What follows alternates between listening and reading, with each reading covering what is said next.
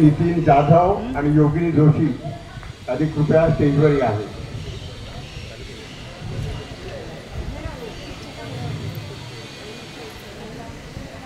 आता मी जे म्हणालो आगळा वेगळा कार्यक्रम हे ह्यासाठी होतं की हा पुरातत्व मुंबईचा इतिहास आणि हा विषय आजचा आणि त्याच्यावर बोलणारे तज्ज्ञ व्यक्ती डॉक्टर पंडित हे पुरातत्व विभागातले अतिशय तज्ज्ञ व्यक्ती आपल्याला लाभलेली आहे. आणि हा विषय पण करायची तुम्हाला 2 दिवसापूर्वी तुम्हाला माहिती आहे का 18 एप्रिलला वर्ल्ड हेरिटेज डे झाला.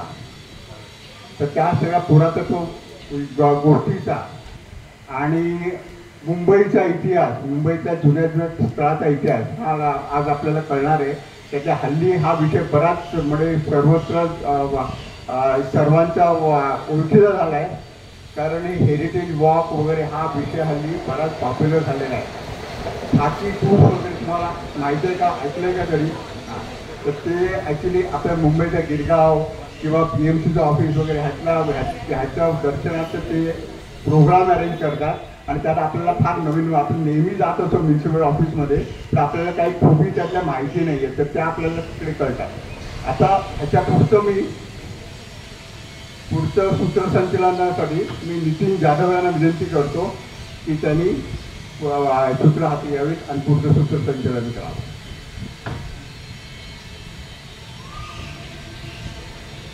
नमस्कार मंडळी. आचार्य अत्रे कट्टा आणि ज्येष्ठ नागरिक संघ यांच्यातर्फे हा कार्यक्रम संपन्न होतोय. मी माधव पुरोहित यांना विनंती करतो की त्यांनी पाहुण्यांची ओळख करून द्यावी.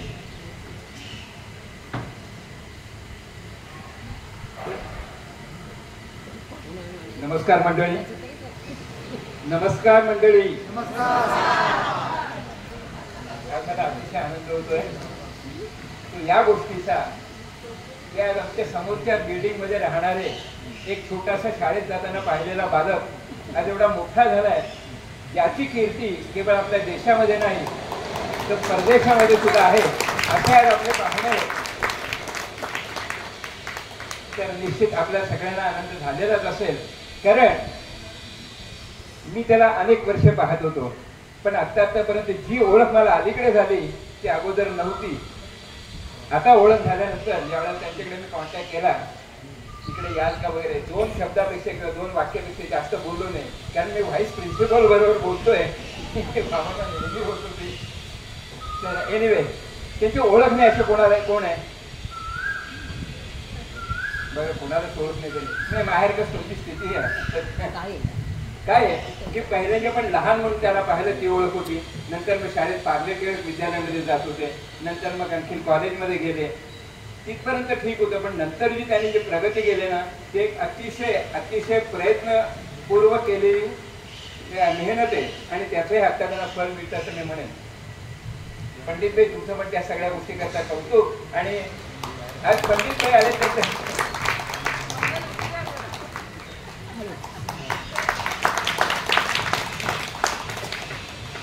माझी अशी इच्छा होती की मुलाचं कौतुक बघायला आई समोर असायला. तर असो अनेक पैलू आजच्या आपल्या वाक्याकडे जे आहे ते थोडेसे उलगडण्याचा प्रयत्न करेन. पूर्ण उलगडायला गेलो तर 1 तासभर भाषण लागेल. म्हणजे मला वाटतं सुरेश पण सांगते तेवढं काय करू नका, कारण एवढ्या संस्थांशी त्यांचा संबंध आहे आणि एवढे प्रयत्न त्यांनी आपल्या आयुष्यामध्ये केलेले आहेत. आता 45 का 46 वर्ष ना, 46 जबरदस्त प्रयत्न जर आपली महामेरू म्हटलं तरी हरकत नाही. असे तुझे प्रयत्न आहेत. मी त्यांचा थोडक्यात प्रयत्न करून द्यायचा, ओळख करून द्यायचा प्रयत्न करू. हॅलो हॅलो हॅलो रंगोळ्या केंद्राची सवय झाली आता. हॅलो. एक गोष्ट आहे की सूरज पंडित, सागर पंडित सुद्धा त्यांचे मोठे भाऊ, मी केव्हा तरी ते शाळेमध्ये असताना त्यांचे कार्यक्रम बघत होतो. सागर नेहरू सेंटरमध्ये त्यावेळेला आम्ही बघायला गेलो होतो आणि सागर हा शाळेत विद्यार्थी होता आणि नेहरू सेंटरची माहिती आम्हाला त्याने करून दिली होती. म्हणजे अशी बेसिकली हेच सगळी हुशार मंडळी आहेत आणि सूरज पण त्याच मालिकेतला. त्याने कॉलेजला इंडियन एन्शंट कल्चर आणि हा जो भाग घेतला विषय तो त्याने BA ला अभ्यासाला घेतला होता. मुंबई विद्यापीठात त्यांनी सुरुवात केली आणि नंतर मग पुण्याला डीम्ड युनिव्हर्सिटी आहे तिथे MA करायला गेले. MA केल्यानंतर तिथे सुद्धा त्यांनी फर्स्ट क्लास मिळवून ते ती परीक्षा पास झाले. तिथेच थांबले नाही तर त्यांचा जर हा अभ्यास चालू होता तो चालू ठेवत त्यांनी मला वाटतं पुढच्या 5 वर्षामध्ये PhD त्यांना प्रदान करण्यात आली. एवढा अभ्यास त्यांचा होता. PhD करणे एवढं सोपं काम नाही आणि ह्या विषयात तर मला वाटतं फार कठीण. त्यावेळेस विषय मला वाटतं कान्हेरीचाच होता ना. कान्हेरीवरचं त्यांनी जे काय संशोधन केलेलं होतं त्या संशोधनावरती त्यांना PhD दिलेली आहे. मला वाटतं बऱ्याचशा गोष्टी त्यांच्या भाषणामध्ये येतील पण ह्या एवढ्या ज्या आहेत त्यांनी मला वाटतं मुंबईतले बरेचशा सगळ्या ज्या आहेत लेण्या वगैरे सगळ्या गोष्टी बघितल्या त्याचा अभ्यास आहे त्याचे सगळे डॉक्युमेंट्स त्यांच्याकडे आहेत आणि एवढ्या सगळ्या गोष्टी करत असताना हे मुंबईचं झालं. भारतामध्ये बिहारला जाऊन तिकडल्या संस्थांमध्ये ओरिसाला जाऊन तिकडल्या संस्थांमध्ये त्यांनी बरेचशी कामगिरी ही केलेले वेगवेगळ्या संस्थांच्या माध्यमातून जात त्यांनी त्या तिथे सुद्धा आपला ठसा उमटवलेला आहे. मला कौतुक त्याचं आणखीन वाटतं की ते रिसर्च झाल्यानंतर एका PhD झाल्यावरती नॉर्मली आपल्यासारखा माणूस एखादा थांबेल शिकायचं. PhD घेतल्यानंतर परत त्यांनी बुद्धिस्ट स्टडी हा विषय घेऊन MA केलं. हे मला वाटतं पुणे युनिव्हर्सिटी. म्हणजे कुठेही थांबायची तयारी नाही. तर ते केल्यानंतर त्याचा अनेक संस्थांशी जो संबंध आला ना श्रीलंकेच्या संस्थेबरोबर त्यांचा संबंध आला. इंटरनॅशनल बॉडीज बरोबर आला. इंटरनॅशनल सेमिनार्स त्यांनी कंडक्ट केले. वर्कशॉप्स त्यांनी चालवलेले आहेत. मला वाटतं पुस्तकं त्यांनी जवळजवळ 30-40 पुस्तकं लिहिली आहेत मराठी इंग्लिशमध्ये. त्यांची अनेक पुस्तकं आहेत आणि हा विषय हा सहज कुठेतरी आपलं गेलं 4 पुस्तकं वाचली असं नाही आहे. तर बऱ्याच ठिकाणी स्वतः जायला लागले तिथं अभ्यास करून जे काही त्याच्यातून कन्फ्युजन्स काढायचे ते त्यांनी कुठेतरी रेकॉर्ड जे केलेले आहेत ते अतिशय कठीण आणि अफाट मोठं काम आहे ते त्यांनी केलेलं आहे. त्यांना त्याच्यापेक्षा आणखीन जे काही मान सन्मान मिळालेले आहेत ते देश विदेशामध्ये बऱ्याचशा संस्थांमध्ये अगदी इंटरनॅशनल बॉडीजमध्ये सगळ्यांची नावं मी लक्षात ठेवायचा प्रयत्न करतो माझ्या लक्षात नाही राहिले पण एवढं मोठं काम येते. त्याने ब्रुसेल्समध्ये फेलोशिप त्यांना मिळाली होती. 1 वर्ष तिकडे होते. श्रीलंकेचं काम केलेलंच आहे. बऱ्याचशा देशामध्ये त्यांना वेगवेगळ्या वर्कशॉप्स करता बोलावलं जायचं आणि त्याच्यातून त्यांचा ठसा जो आहे कामाचा आणि ज्ञानाचा हा जबरदस्त देश विदेशामध्ये पसरलेला आहे. त्यांची ओळख केवळ एक साठे कॉलेजचे व्हाईस प्रिन्सिपल अतिशय छोटी ओळख आहे असं मला वाटतं. आणि तिथे सुद्धा त्या कॉलेजला मी केव्हा तरी होतो. आता मला आणखी 2-3 जण सांगितलं आम्ही पार्ले कॉलेजचे विद्यार्थी बरोबर पटवार जण ना. हां तुम्ही पण का त्या कॉलेजचे प्रिन्सिपल आलेले व्हाईस प्रिन्सिपल. तर अशा एका मोठ्या आदमीला म्हणजे माणसाला आणि हे सर्व मोठं पद असून सुद्धा अतिशय साधे असलेले. आता बघा तुम्ही वाटणार नाही मी घाबरून गेलो होतो. म्हटलं व्हाईस प्रिन्सिपल म्हणजे आम्हाला आमच्या वेळेला CV जोशी होते. पोद्दार होते. पोद्दार व्हाईस प्रिन्सिपल होते त्यावेळेला. आमच्या किती साधा माणूस आहे आणि साधा असून खूप मोठा आहे. त्याच्यापेक्षा आणखीन परिचय त्यांच्या बोलण्यातून आपल्याला होणारच आहे. कारण प्रत्येक गोष्टी बारकाईने जे काय केल्या आणि मला जे नंतर बाहेर नाही कळले ना कांदिवलीच्या विषयावरती पण ते बोलू शकतात. वेगवेगळे जे काय त्यांनी लेण्या आणि किंवा मंदिरं जुनी बघितलं त्याच्या बखरीतल्या नोंदी तुमच्याकडे आहेत. म्हणजे नुसतं कुठेतरी वाऱ्यावरती मासिकात वाचलं इकडल्या पुस्तकात वाचलं आणि ठोकलं असा भाग नाही. तर प्रत्येक गोष्टीमध्ये सखोल अभ्यास करून त्याच्यावरती रिसर्च पेपर बनवून त्यांनी हे सगळं ज्ञान मिळवलेलं आहे. आणि आज त्या ज्ञानात विशिष्ट लोकांना केव्हा ओळख झाली की उदय निरगुडकर त्यांनी ते एकदम मोठी ओळख करून दिली की ज्यावेळेला त्यांनी स्वयं करता हा कार्यक्रम त्यांचा केला त्यावेळेला दिसल्यानंतर सगळ्या लोकांना ते शोधायला लागले. आता एक कट्ट्यावर योगिनी कुठे गेली. योगिनी तर माझ्या मागेच लागली होती. नाही तर तुम्हाला पत्ता द्या.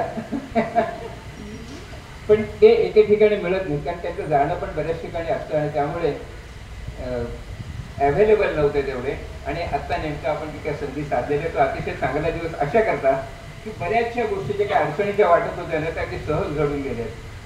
प्रोजेक्टर पाहिजे का मग त्यांनी सांगितलं की काय नको मी बोलेन मला एक तासभर पण आम्हालाच वाटत होतं प्रोजेक्टर पाहिजे, स्क्रीन पाहिजे, आमच्याकडे सरळ समोर आल्या गोष्टी. आपले नितीन जाधवने थोडे इकडे तिकडे केल्यावरती या सगळ्या गोष्टी सरळपणे जमून आल्या. तर अशा एका मोठ्या व्यक्तीला आपल्याला ऐकायचं आहे. तर मी जास्त वेळ तुमचा आणि ह्यांचा घेत नाही आणि मी विनंती करतो की पहिल्यांदी नितीन जाधवने पुढचं जरा. नमस्कार. पहिली मी तुमची क्षमा मागतो, मी तुम्हाला पाहुणा म्हटलं. खरं म्हणजे तुम्ही या नगरातच लहानाचे मोठे झालात, त्याच्यामुळे तुम्हाला पाहुणा म्हटणं बरोबर नाही वाटत. तरी पण एवढी महान व्यक्ती आज आपल्याकडे आलेली आहे, इकडनंच मोठी होऊन पुढे जगप्रसिद्ध झालेली आहे. आम्ही एक तुमचा छोटासा सत्कार करू इच्छितो. मी राणेसाहेबांना विनंती करतो की त्यांनी शाल श्रीफळ देऊन त्यांचा सत्कार करावा.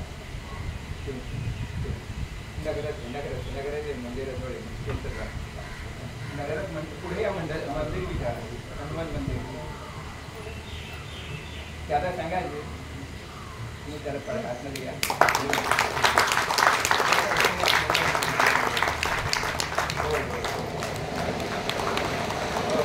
तसंच श्रीधर जोशी यांना मी विनंती करतो की त्यांनी बुके देऊन त्यांचं स्वागत करावं.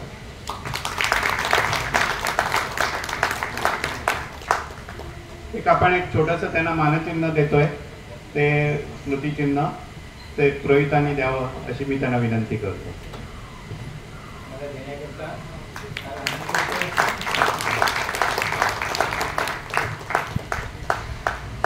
आता हा स्वागताचा आणि सत्काराचा कार्यक्रम आटपलेला आहे. मी मान्यवरांना विनंती करतो की बरं, राणेला मी एक विनंती करतो की त्यांनी 2 शब्द बोलावे. राणे आमच्या अत्रेकट्ट्याचे सर्व आधारवड असते. मित्र हो, पुरोहितनं सर्व काही सांगितलेलं आहे. तरी पण इंटरनॅशनल सन्मान मिळवणारा हा बालक आपल्या लोकल एरियामध्ये येऊन आमच्यामध्ये येऊन उभा राहतो, हे फार मोठं आहे. त्याचे पाय जमिनीवर आहेत हे त्याचं द्योतक आहे. कारण अशी माणसं आपल्याला मिळणं आपण खरंच भाग्यवान आहे. आणि दुसरी गोष्ट म्हणजे त्यांची आई या कार्यक्रमासाठी हजर आहे वगैरे. आईचा आशीर्वाद आणि आम्हा सगळ्या ज्येष्ठांचे आशीर्वाद त्यांच्या मागे नेहमीच राहतील. तो असाच मोठा हो, कीर्तिवंत हो, असा सांगून मी सांगतो. आता मी मान्यवरांना विनंती करतो की त्यांनी खाली समोर आसनस्थ व्हावं.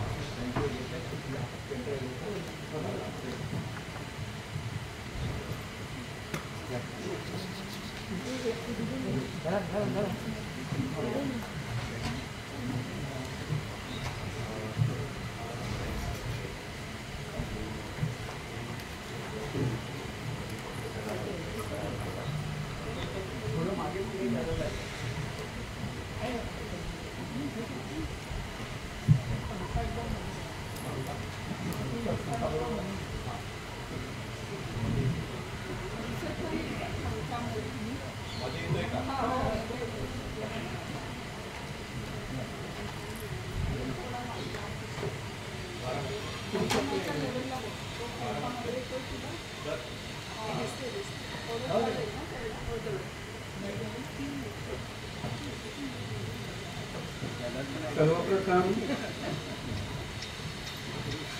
आरेकरचे नगरामधल्या सगळ्या तरुण ज्येष्ठ नागरिकांचे आभार आणि आत्रेकट्ट्याचे पण आभार. त्यांनी मला बोलावलं, फक्त पुरोहितांनी ओळख करून दिली त्याच्यावरती डाऊटफुल किती जण विश्वास ठेवतील. कारण माझा अभ्यास कात्रे काका किंवा आमच्या अस्वलात्या हेमंत दादा सगळ्यांनी इतक्या जवळून बघितला की त्याच्याविषयी मी न बोलणं जास्त चांगलं. मग हे सगळं कसं काय झालं, तर या सगळ्यांचं एक मत असेल की मी हट्टी आहे आणि माझा हट्टीपणा सगळ्यांनी सहन केलेला आहे आणि बहुतेकच्या हट्टीपणामुळे या सगळ्या गोष्टी झाल्या असतील. त्यामुळे मी सुरुवातीलाच सांगतो की इदम न मम. या गोष्टी मुंबईची जी गोष्ट मी सांगणार आहे ती मुंबईची गोष्ट आहे, म्हणजे ती काय माझी गोष्ट नाही आहे किंवा ती असलीच तर तुमची माझी सगळ्यांची गोष्ट आहे. सो या सगळ्या प्रेझेंटेशनला किंवा मुख्य विषयाला सुरुवात करण्याच्या आधी हे सगळं कसं घडलं याची एक गोष्ट मला सांगावीशी वाटते. म्हणजे आगाऊपणा आणि हट्टीपणा तुम्हाला काय कुठे नेऊ शकतो. सर मगाशी पुरोहित काका म्हणाले की PhD झाली आणि युजली सगळेजण आपण थांबतो. तर मी आगाऊपणा केला आणि आमचे जे गुरुजी होते जे आहेत डॉक्टर जामखेडकर त्यांना मी नमस्कार करायला गेलो आणि म्हटलं सर आता PhD झाली आणि आगाऊपणा करून विचारलं सर गुरुदक्षिणा काय देऊ. ते म्हणाले अरे काय आहे माहिती का तुला नाही जमणार सोडून दे. म्हटलं सर असं नाही, आता एन्शियंट इंडियन कल्चरमध्ये PhD केली तर गुरुदक्षिणा तर द्यायला पाहिजे ना, त्याशिवाय मी बाहेर सांगू नाही शकत की उगाच आगाऊपणा, त्याला काय अर्थ. तर म्हटलं ठीक आहे, आपल्या मुंबई विद्यापीठामध्ये ना आर्किओलॉजी विभाग नाही आहे, मग गुरुदक्षिणा द्यायची असेल तर तो विभाग चालूच आहे. म्हटलं तर बच्चे की जाण वगैरे. हे सगळं झालं 2005 मध्ये. हो. आणि ते म्हटलं मी तुला आधीच सांगितलं होतं तुला जमणार नाही, सोडून दे, त्या नादाला लागू नको, गुरुदक्षिणा वगैरे काय नसते म्हटलं नाही आता तुम्ही सांगितलं म्हणजे काहीतरी तर करायला पाहिजे. मग तेव्हा नुकताच मी साठे कॉलेजला नोकरी लागलो होतो. त्याच्या आधी दहिसरला एका महाविद्यालयात नोकरी करत होतो. तिथून मग मी साठे महाविद्यालयात प्राचीन भारतीय संस्कृती पुरातत्व विभाग जॉईन केला आणि हे सगळा प्रकार झाला. म्हणजे बघ आता तू BA ला शिकवतो, पुढे मुलांनी काय करायचं, MA ला कुठे जायचं. म्हटलं तर जातील पुण्याला. म्हणजे सगळ्यांना नाही पाठवत त्यांचे आई वडील, मुंबई विद्यापीठात विभाग स्थापन कर. म्हटलं बरं प्रयत्न तर करायला पाहिजे. मग आमची टीम उभी राहिली. ही जी टीम उभी राहिली ती सगळी टीम 2005ला उभी राहिली एकत्र. आणि सगळ्यांचा एकच ध्यास होता की मुंबई विद्यापीठामध्ये पुरातत्व विभाग सुरू करायचा, काय वाटेल तर झालं तरी सुरू करायचं. त्यावेळेला मी विद्यापीठाच्या बोर्ड ऑफ स्टडीजवरती होतो तेव्हा खोले साहेब व्हाईस चान्सलर होते आणि ते मला म्हणले की उगाच काहीतरी खुचडासारखं बोलू नको, नवीन विभाग वगैरे काय चालू करता येत नाही, तू जास्त बोलतो, तुला आम्ही चेअरमनच करणार बोर्डाचा, that is your punishment, you handle एव्हरीबडीला. म्हटलं ठीक आहे करा. चेअरमन झाल्यानंतर आम्ही पहिलं पत्र लिहिलं चान्सलर म्हणजे गव्हर्नर ऑफ महाराष्ट्राला 2009 साली की आम्हाला पुरातत्व विभाग पाहिजे. छोले साहेबांनी मला बोलवलं तर म्हणे काय शाळा समजतो का जाताना. म्हटलं सर टीमने सांगितलं आणि आमचं टीम स्पिरिट आहे, आम्हाला हे करायचं आहे. तर म्हणजे आता मी 2 महिन्यात जातोय, नवीन व्हाईस चान्सलर येतील त्यांच्याशी बोला. मग मला वाटतं वेळूकर साहेब आले व्हाईस चान्सलर म्हणून. खोले साहेबांनी जाताना त्यांना सांगून ठेवलं होतं की लक्ष ठेवा, हे काहीतरी ही 4-5 लोक आहेत ना, ही ताप देणारी लोक आहेत आणि ती डायरेक्ट गव्हर्नरला पत्र लिहितात. तर वेळूकर साहेबांनी चार्ज घेतला, आम्हाला बोलवलं. मला म्हणाले तुम्हाला समजतंय का तुम्ही काय मागताय. म्हटलं आम्ही विभाग मागतोय. 1929 साली हा विषय मुंबई विद्यापीठात चालू केला, तेव्हापासून 2011 आलं, 2012 झालं, तुम्ही विभाग देत नाही. 29 पासून आतापर्यंत आम्ही काय मागतो, आम्ही छोटासा विभाग मागतोय. त्यांनी माझ्याकडे असं वरपासून खालपर्यंत बघितलं, म्हणले काय विकतं बाजारात माहितीये का तुम्हाला, आर्किओलॉजी हा विषय माहितीये तरी का गल्लीमध्ये. म्हटलं ठीक आहे, तुम्हाला असं पाहिजे ना ते पण करू. मग आम्ही 6 जण बसलो होतो. 6 जण बसल्यानंतर काय करायचं म्हणून डॉक्टर कुरुज दलाल म्हणून आमचे मित्र आहेत, त्यांनी महाडच्या इथे एक उत्खनन करायला घेतलं. ते 1.5 वर्ष चाललं, पण त्याला काही तेवढी म्हणावी तशी प्रसिद्धी नाही मिळाली की जे ज्याच्यामुळे विभाग अख्खा उभा राहील, असं काही झालं नाही. मग परत आम्ही सगळेजण बदलू म्हटलं रे पुरुष 1.5-2 वर्ष काम केलं, एवढे पैसे विद्यापीठाचे तू त्याच्यामध्ये घातले 2-2.5 लाख रुपये, काही आजचं हालत नाही यार पुढे. मला म्हटलं तू काहीतरी सुचव. म्हटलं चल मुंबई शोधूया. म्हणून मुंबई शोधूया म्हणजे म्हटलं एक बेसिक आर्ग्युमेंट आहे, तर कान्हेरी सारखी जी साईट आहे ती 1500 वर्ष इकडे राहते, तिथे भिक्षू राहतात, त्या भिक्षूंना मुंबईतलेच लोक दान देतात, अन्न पाणी देतात, खातात. म्हणजे 1500 वर्ष मुंबईत लोक तर राहत होते की नाही. मग पोर्तुगीज आले आणि मुंबई स्थापन झाली असं कसं काय होईल? कारण पोर्तुगीज आले आणि त्यांनी कान्हेरी संपवून टाकली. म्हणजे पोर्तुगीज यायच्या आधी 1500 वर्ष कान्हेरीला मुंबईतले लोक पोचत होते. त्याचा अर्थ त्यांचं काहीतरी तर मिळायला पाहिजे यार. असं होत नाही की माणसं राहिली आणि त्याने मागे काहीच सोडलं नाही.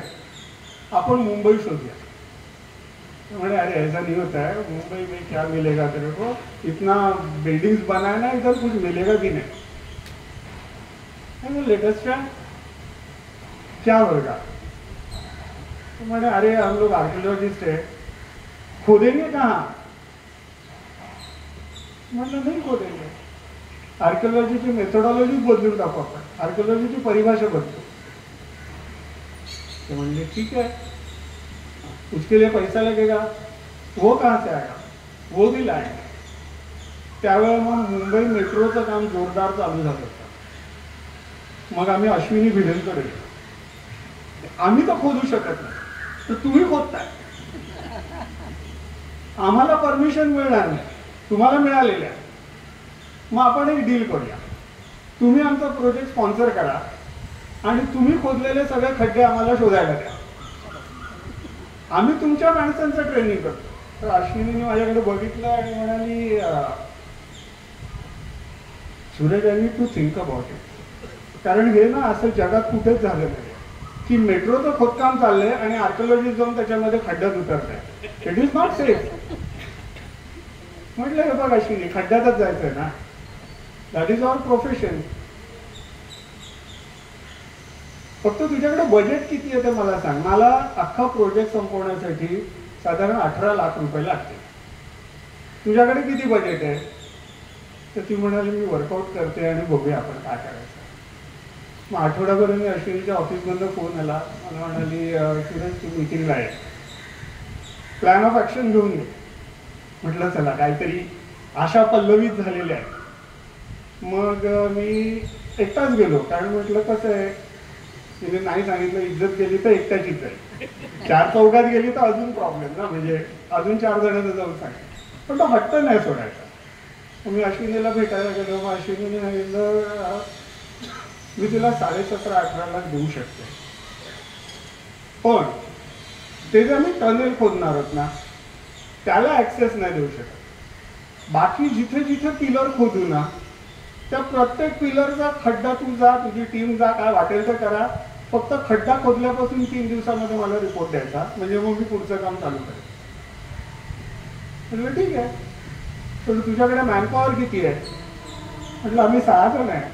म्हटलं मूर्खच करू, 6 जण तुम्ही अख्खी मुंबई कशी पिंजून काढणार? आणि तुमच्या कामासाठी मी मेट्रोचं काम नाही थांबवू शकत. तर ठीक आहे, तुला किती माणसं लागतील?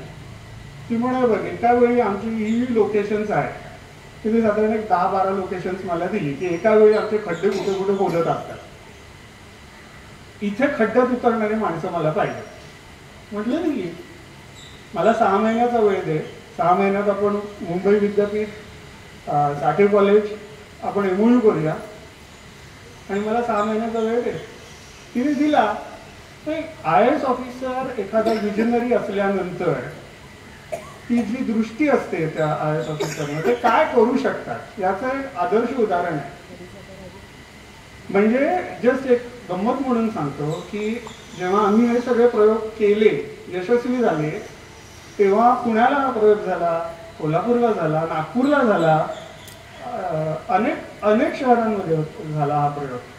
मेट्रो जिथे जिथे खोदली जात होती त्या प्रत्येक छोट्या मोठ्या शहरामध्ये मेट्रोला अप्रोच करण्यात आलं.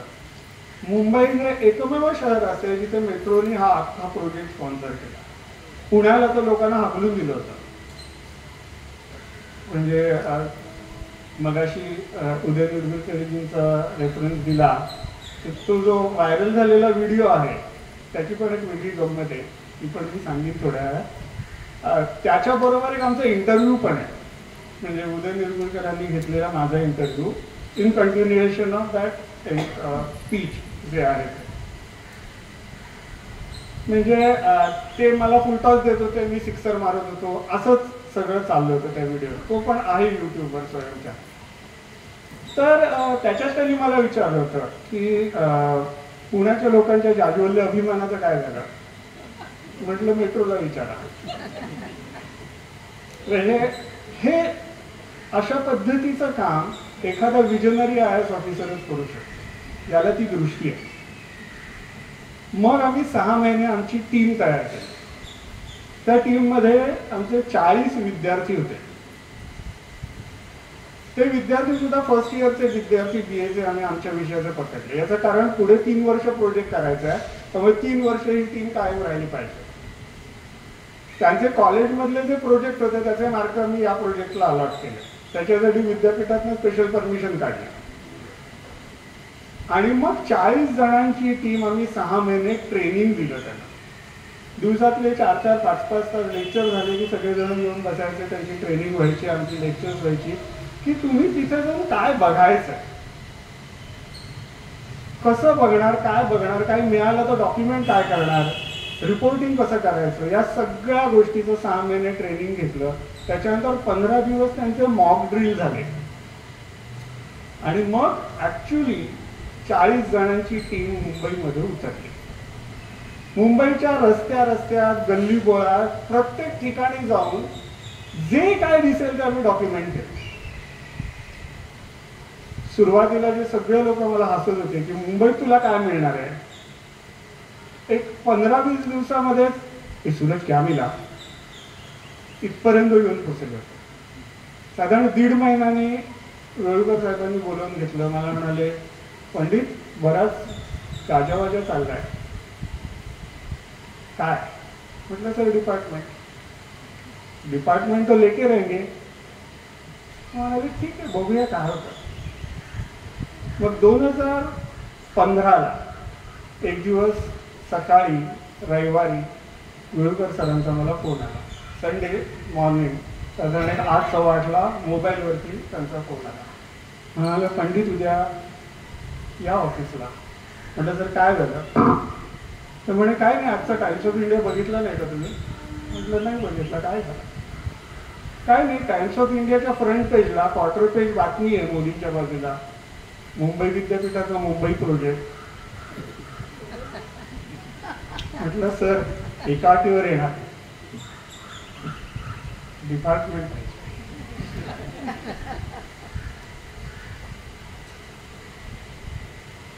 त्या दिवशी डील झाला की हा प्रोजेक्ट जर यशस्वी झाला तर डिपार्टमेंट.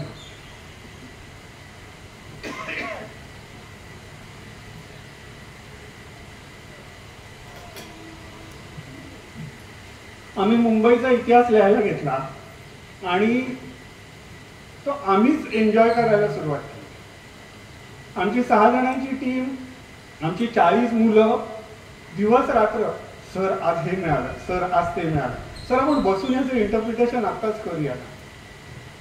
अशी 3 वर्ष गेली. वेळुकर सर रिटायर झाले, देशमुख सर रिटायर झाले. देशमुख सरांनी जाता जाता आम्हाला डिपार्टमेंट करून दिलं. याचं कारण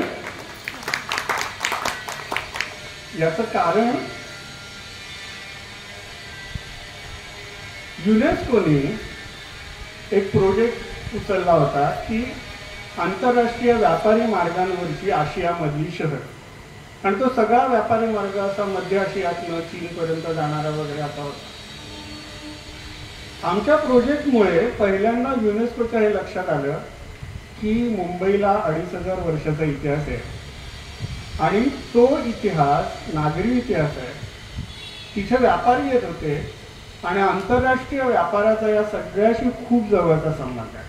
त्यामुळे त्या प्रोजेक्टमध्ये त्यांनी आपणहून मुंबईचं नाव नोंदवून घेतलं आणि तसं पत्र त्यांनी साठे कॉलेज आणि मुंबई विद्यापीठाला पाठवलं.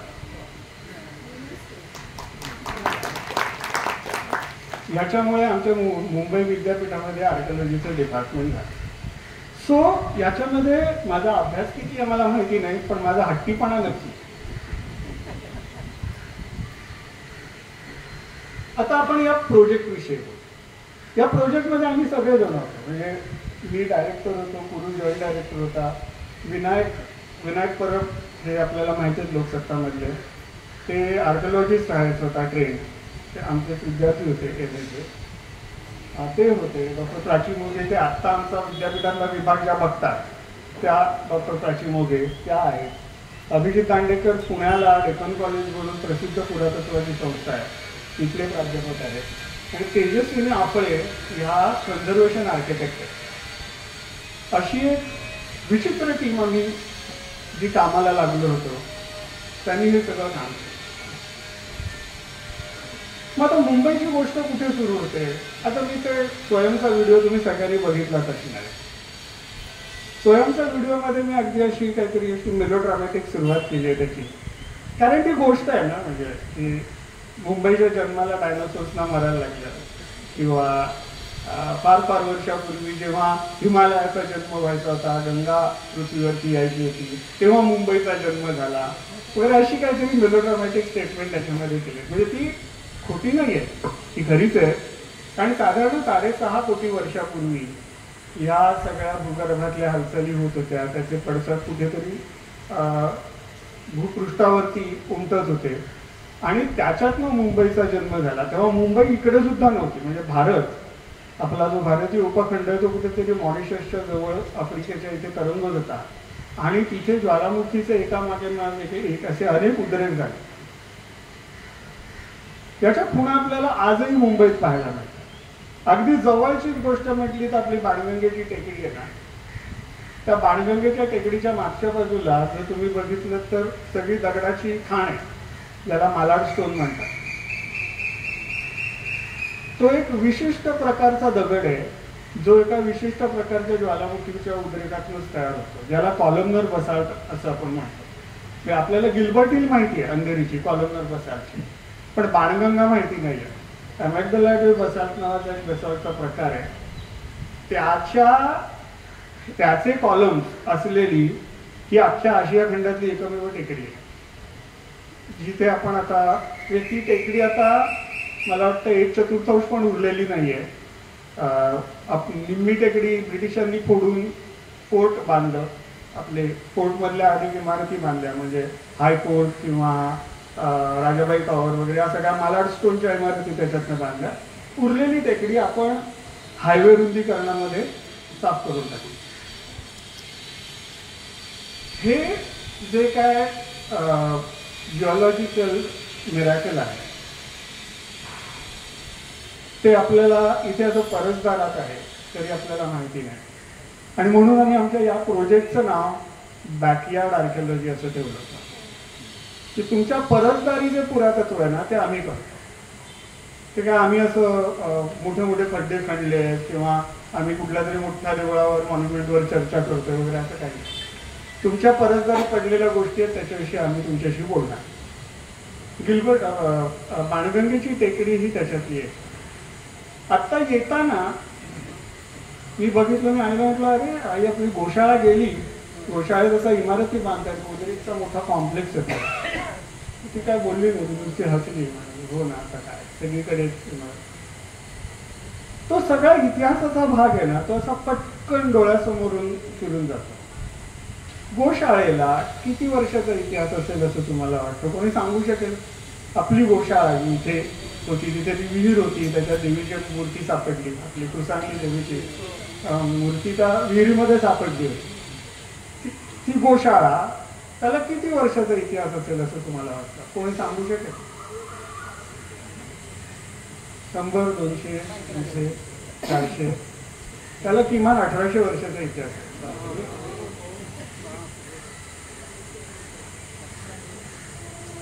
गोशाळेचा जन्म कसा झाला तर 1872 साली एक डॉक्युमेंट आहे ब्रिटिशांचं, त्याच्यात ते म्हणतात की तिकडे पादान नावाची टेकडी होती, म्हणजे ती बाणगंगेची जी टेकडी आहे आकुर्ली नावाचं एक डेझर्टेड विलेज आहे, जिथे कोणी राहत नाही. अशा त्या गावठाणाच्या, डेझर्टेड गावठाणाच्या बाजूला ही टेकडी आहे. आणि आता तिथे काही वडारी लोक राहायला आलेत, कारण ब्रिटिशांनी ती टेकडी फोडायला घेतलेली आहे. तो आता जो वडारपाडा आहे तो. तर ही जी टेकडी आहे पादान नावाची, आता ही जी पादानची टेकडी आहे त्याला पादान का म्हणतात? पादान म्हणजे पावसाळ्याच्या वेळेला, तिचं गुजराती डायलेक्ट वर्ड. पावसाळ्याच्या वेळेला जी गाई गुरं असतात त्यांना उंच ठिकाणी नेऊन ठेवलं जातं, कारण मुंबईतला पाऊस आपल्याला माहिती आहे, गुरं आजारी पडू नयेत म्हणून वगैरे नेतात. त्या जागेला ते पादान म्हणतात. सो ते आकुर्ली गावाचं पादान होतं, जिथे आकुर्ली गावातली गाई गुरं पावसाळ्याच्या वेळेला त्या टेकडीवर आणून ठेवायची. त्या टेकडीवरती इसवी सनाच्या 2ऱ्या शतकातले 17 शिलालेख सापडले होते. ते शिलालेख आपल्यापैकी कोणीच बघितले नसणार, कारण ती टेकडी फोडायला घेतली, त्याच्यात ते गेले. ते पंडित भगवानलाल इंद्राजी म्हणून एक स्कॉलर होते, त्यांनी 1892 साली ते सगळे शिलालेख लिहून ठेवले, की मी इकडे गेलो होतो, मला हे दिसले म्हणून मी लिहून ठेवले.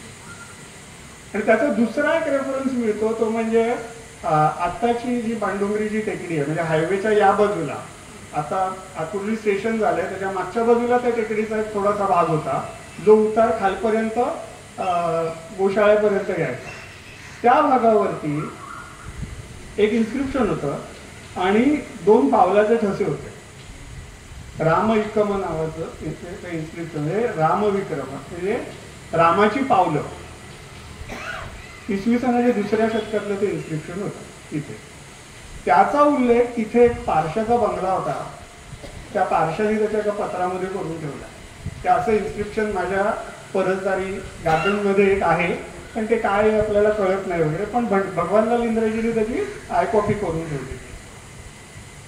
सो हा जो गाईगुरं तिथे ठेवण्याचा जो इतिहास आहे तो साधारण 1800 वर्षापूर्वीचा आहे. कानेरीच्या एका शिलालेखामध्ये मंगलस्थान नावाचं एक गाव आणि तिथल्या गावातल्या लोकांनी कानेरीच्या भिक्षू संघाला दिलेली शेतजमीन याचा उल्लेख आहे. हे मंगलस्थान म्हणजे आजचं मागाटणे. मागाटणे बस डेपोच्या मागे जो स्लम एरिया आहे तिथे आज सुद्धा साधारण या उंचीचे, म्हणजे एक साधारण 2 फुटाच्या उंचीचे दगडात कोरलेले 2 बौद्ध स्तूप आहेत, जे अजूनही तिथे आहे, which is kind of a demarcation of the agricultural land given in the donation. So या परिसराचा जो इतिहास आहे किंवा आपण देवीपाडा म्हणतो. आता देवीपाडा रेल्वे स्टेशन काय माहिती आपल्याला, तर मेट्रो स्टेशनच्या बाजूच्या परिसराला देवीपाडा म्हणून आपण म्हणतो. का म्हणतो देवीपाडा? तिथे देवीचं देऊळ आहे म्हणून. त्या तिथे सर्वेमध्ये 12व्या शतकातल्या एका देवीच्या देवळाचे खरंच अवशेष सापडले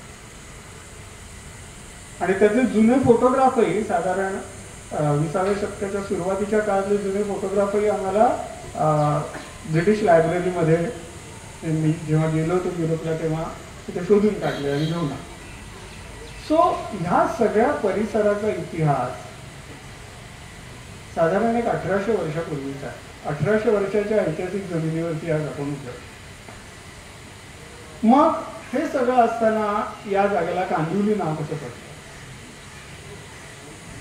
आकुर्ली म्हणायला पाहिजे होतं ना. कांदिवली रेल्वे स्टेशनचं नाव कांदिवली का दिलं, आकुर्ली का नाही दिलं? Obvious reason is Akurli village was डेझर्टेड.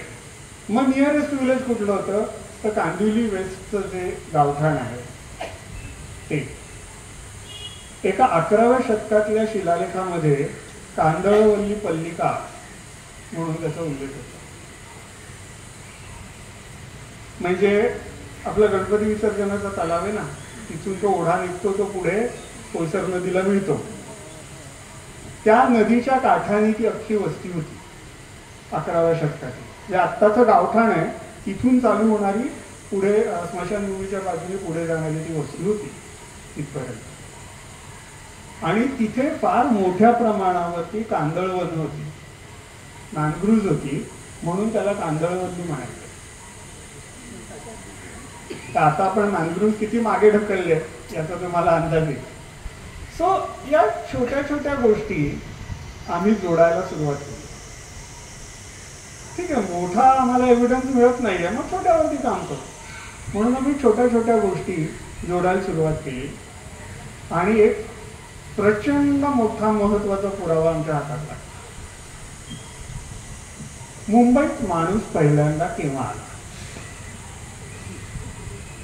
आपण आता 100, 200, 400, 500 इथून मी धक्का मारून 1800 पर्यंत गाडी मागे नेली. त्यामुळे आता तुमची अशी अपेक्षा असणार की मी याच्या पलीकडचा काहीतरी नंबर सांगेल. त्यामुळे मग तो 2000, 2200, 2300, 2500, 3000 इतका मागे जाऊ शकतो. काय हरकत नाही माहिती. ते पडांच्या टेकडीवरती आपल्याला काही अश्मयुगीन हत्यारं सापडली आहेत.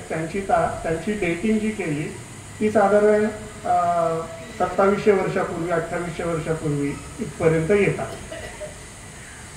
पण त्याच्याही पलीकडे एक फार महत्वाची गोष्ट आमच्या लक्षात आली, ती म्हणजे कांदिवलीमध्ये अश्मयुगीन मानवाची हत्यारं सापडली. कुठे?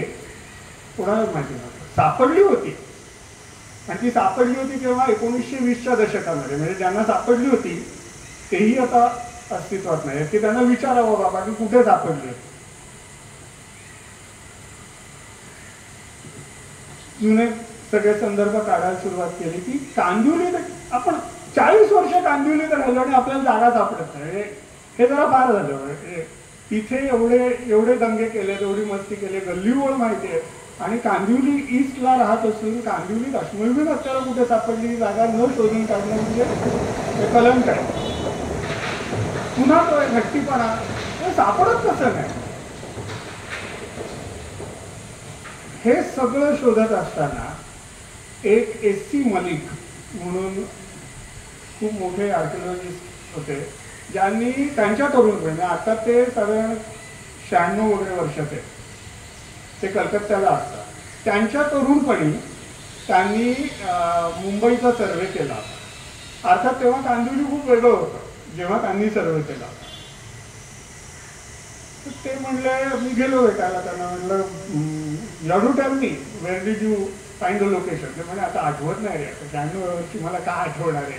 आणि मी अगदी म्हणजे ऐन विशीमध्ये असताना सर्वे केला होता. त्याच्यानंतर मी एवढी कामं केली, आता खरंच नाही आठवत बाळा काय. म्हटलं काहीतरीच आठवत असेल तुम्हाला. ते म्हणाले हां. तर म्हणे नदीचा सेक्शन होता, नदीला पूर यायचा त्या, आणि त्याच्या डाव्या बाजूची जमीन ना मिलिटरीच्या ताब्यात होती. म्हटलं सापडला सेक्शन, तुम्ही नका काळजी करू, सेक्शन मी शोधून काढतो. मग काय नाही, आमची टीम त्या गटारात उतरली. म्हणजे आता ते जो नाला आहे, कुठला नाला लक्षात आलाच असेल, महेंद्र आणि महेंद्रच्या बाजूनी एक नाला, तो मिलिटरी याच्यातनं जातो, ठाकूरी विलेज, ठाकूर कॉम्प्लेक्स आणि मिलिटरीचा आपला एरिया, त्या बाजूनी तो मधनं नाला जातो आणि पुढे त्याची पोयसर नदी ती होते तयार.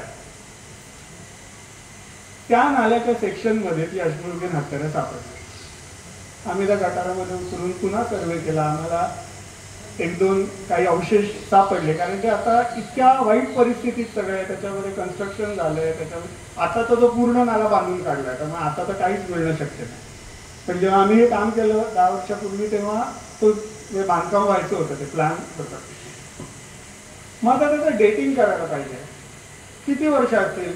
तर त्यावेळेला आमचे प्रोफेसर होते ढवळीकर म्हणून, ते म्हणाले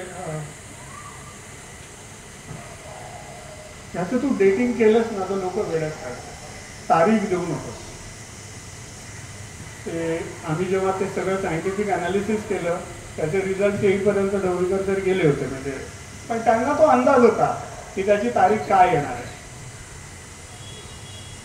त्याची तारीख आली ती साधारण 1 लाख वर्षापूर्वी. कांदिवलीत माणूस किती वर्ष आहे? साधारण 1,00,000 वर्षापूर्वी. पण मी त्यानंतर मी अभिमानाने सांगायला सुरुवात केली, म्हटलं काय आमच्या घराच्या मागे 1,00,000 वर्षापूर्वीचा इतिहास आहे. म्हणजे काय आता ह्या ज्या छोट्या छोट्या गोष्टी आम्ही खोदून काढायला सुरुवात केली ना, त्याने हा मुंबई प्रोजेक्ट उभा राहिला. त्याचा दुसरा एक भाग होता तो म्हणजे जो स्वयंनी केला. एकतर लोकांशी बोलायचं कसं हे आम्हाला आर्किओलॉजिस्टना येत नाही. बसून लिहिणे, लेक्चर घेणे, बेल झाली की गप्प बसून पुढच्या तासाला जाणे, या सगळ्या गोष्टी रेग्युलर असतात. हे जे न्यू एज्युकेशन पॉलिसीचं सगळं चालू झालं ना काम 2018-19 साली, तेव्हा हळूहळू चर्चा अशी चालू झाली की काय म्हणजे मास्तरांनी काय काय करायचं, तर मुलांना व्होकेशनल ट्रेनिंग तर द्यायला पाहिजे. म्हणून आम्ही एक हेरिटेज कम्युनिकेशनचा पेपर घातला आणि आमच्या बोर्ड ऑफ स्टडीजवरती ब्रसेल्स युनिव्हर्सिटीच्या एक अन्या डेकोन म्हणून प्रोफेसर आहे, तिने ऑब्जेक्शन घेतलं. ती म्हणाली, how can you teach this paper if you yourself have not work in the field. तू स्वतः या विषयामध्ये काय काम केलंस मला दाखव. तुझा असा एक व्हिडिओ दाखव की जो दाखवून लोक सुरेश पंडितला ओळखतील. खरं आहे बाई, जर मीच नाही केलं तर मग मी काय सांगणार ना, मुलांना काय शिकवू, कुठल्या तोंडाने शिकवू. तर मग आमची मैत्रीण स्वयंमध्ये ती म्हटलं, यार असं झालं यार, मला हा पेपर तर शिकवायचा आहे मुलांना, मी काय काळजी करतो, मी ना. तिने 2 महिने ट्युशन घेतली. 20 मिनिटाचा व्हिडिओ करायचा असेल ना तर तुला किती वेळ तयारी करायला पाहिजे. मग त्याचं स्क्रिप्ट लिहिलं, मग त्याच्या रिहर्सल घेतल्या आणि मग लाईव्ह परफॉर्मन्स. जेव्हा स्वयंचा व्हिडिओ घराघरामध्ये पोहोचला तेव्हा मी अन्याला मेसेज टाकला, म्हटलं यांना इम्प्लिमेंट द सिलेबस ना. सो मुंबई प्रोजेक्टनी काय काय दिलं म्हणजे पुलंचं हरिताते आपण सगळ्यांनी ऐकलंय किंवा वाचलंय. मला खोले सरांनी पण विचारलं होतं की काय ते गडे मुडदे उखाडून काय काय मिळणार काय तुम्हाला, तेव्हा मला हरिताते आठवलं होतं.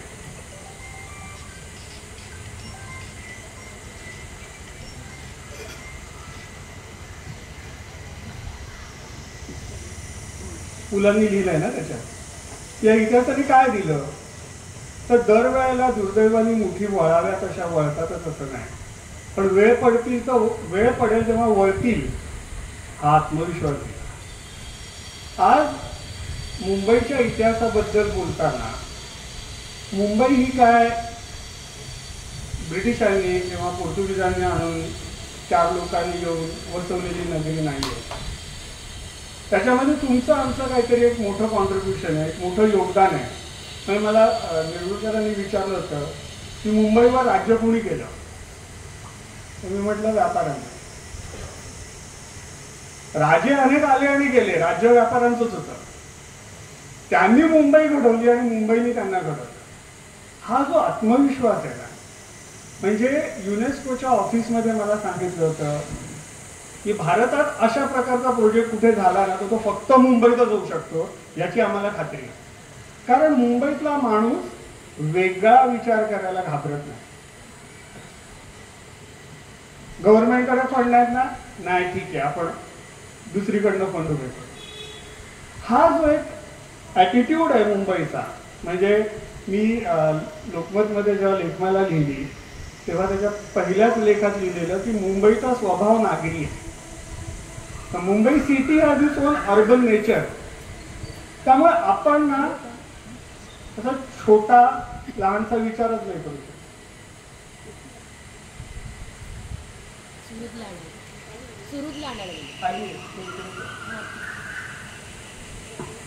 जाऊ का सॉरी बोलते. सो मुंबईचा माणूस आहे ना तो वेगळा विचार करू शकतो आणि तो पूर्वी करू शकत होता. फक्त आपल्याला कसं वाटायचं ना, नाही हे टाटा बिर्ला अंबानी या लोकांचं काम आहे, आपलं नाही. पण या प्रोजेक्टने ना आमच्या मुलांना पण तो आत्मविश्वास दिलाय, हे आपण करू शकतो. त्यामुळे आमची मुलं आता स्वतःचे वेगवेगळे प्रोजेक्ट डिझाईन करून प्रायव्हेट फंडिंग आणतात आणि आर्किओलॉजीचे दिवसच बदलून गेले. सो हा जो आत्मविश्वास आहे तो या प्रोजेक्टने दिला. या प्रोजेक्टची तयारी करताना आम्ही काय काय कुठनं सुरुवात केली हे आता आपण बघूया. म्हणजे मी आमचं पुराण सगळं आता मी आटोपतो आणि खऱ्या पुराणाकडे जाऊ. कारण इतिहासामध्ये जेव्हा मुंबईचा विचार केला जातो किंवा जात होता तेव्हा मुंबईची 7 बेटं म्हणजे मुंबई. मग आम्ही कुठे राहतो? म्हणजे आता हे रेकॉर्डिंग होत आहे तरी पण मी बोलणार आहे. दक्षिण मुंबईतल्या एका प्रख्यात कमिटीवरती म्हणजे एका संस्थेच्या कमिटीवरती जेव्हा माझी नियुक्ती झाली अगदी सुरुवातीला 2007-8 साली वगैरे, तेव्हा त्याच्या अध्यक्षाबाई होत्या, तर कुलाब्याला राहायच्या कुठेतरी. आणि शी आज मी व्हेर यू स्टे म्हणजे त्याच्या फॅमिली काय आम्ही कुठे आहे म्हटलं मुंबईत आहे. Don't know any such place. त्या बाई अशा 72-73 वर्ष झालं. मला नाही माहिती आता कांदिवली नावाचं कुठलं आहे. म्हटलं 72-73 वर्ष मुंबईत राहिलं तुम्हाला कांदिवली नाही माहिती? नाही, कारण आयुष्यभर त्यांच्या गाडीने त्या जास्तीत जास्त वरळीपर्यंत गेल्या आणि हायवे पकडून एअरपोर्टला जाऊन परदेशात. तर कांदिवली माहिती असण्याचा प्रश्नच नव्हता. तर मी म्हटलं that is the real Mumbai where we live. तुमची मुंबई आहे ना ती युरोपियनांची मुंबई आहे. आमची मुंबई आहे ना ती खरी मुंबई. सो त्यांनी ते बरंच असं ऑफेन्सिव्हली घेतलं. ते म्हणे हे कुठलं लोक येतात आणि काय बोलतात. म्हटलं थांब तुला मी दाखवतो. So when we thought about Mumbai we thought of this Mumbai. आमची मुंबई आहे ना ती विरारला चालू होते आणि चौलला संपते. याचं कारण मुंबईचा विचार तुम्ही या मुंबई मेट्रोपॉलिटन रिजन शिवाय करूच शकत नाही. मुंबई जगणार कशी? आपल्याकडे आज सुद्धा भाजी घ्यायला आपण जातो आणि वसईवालीकडनंच घेतो. का? समजा सगळ्या वसईवाल्या बंद झाल्या आहेत. माझी भाजी कुठलं घेणार भैया म्हणजे अल्टिमेटली ते कुठेतरी आपण पण आपल्याला वसईवालीची भाजी लागते. का? Vasai is very much part of Mumbai culture. आपलं रोजचं आयुष्य वसईशिवाय नाही चालू शकत. मुंबईच्या गिरण्या घडल्या त्या अलिबाग ते चौलीच्या लोकांशिवाय चालल्याच नसत्या त्या. त्यामुळे मुंबईचा विचार करायचा झाला तर तो एवढा करायला पाहिजे हे पहिल्यांदा मी मांडलं. आणि मग त्याच्यातला जो हिरवा भाग दाखवलाय त्याच्यावरती आपण फोकस करायचा, ज्याला आपण साष्टी बेट किंवा सॉल्सेट आयलंड मानतो. तिथनं आम्ही सुरुवात केली. आणि बिलीव्ह मी आत्ता आम्ही फक्त या प्रोजेक्टचा पहिला भाग संपवला. प्लॅनमध्ये 5 भाग आहेत.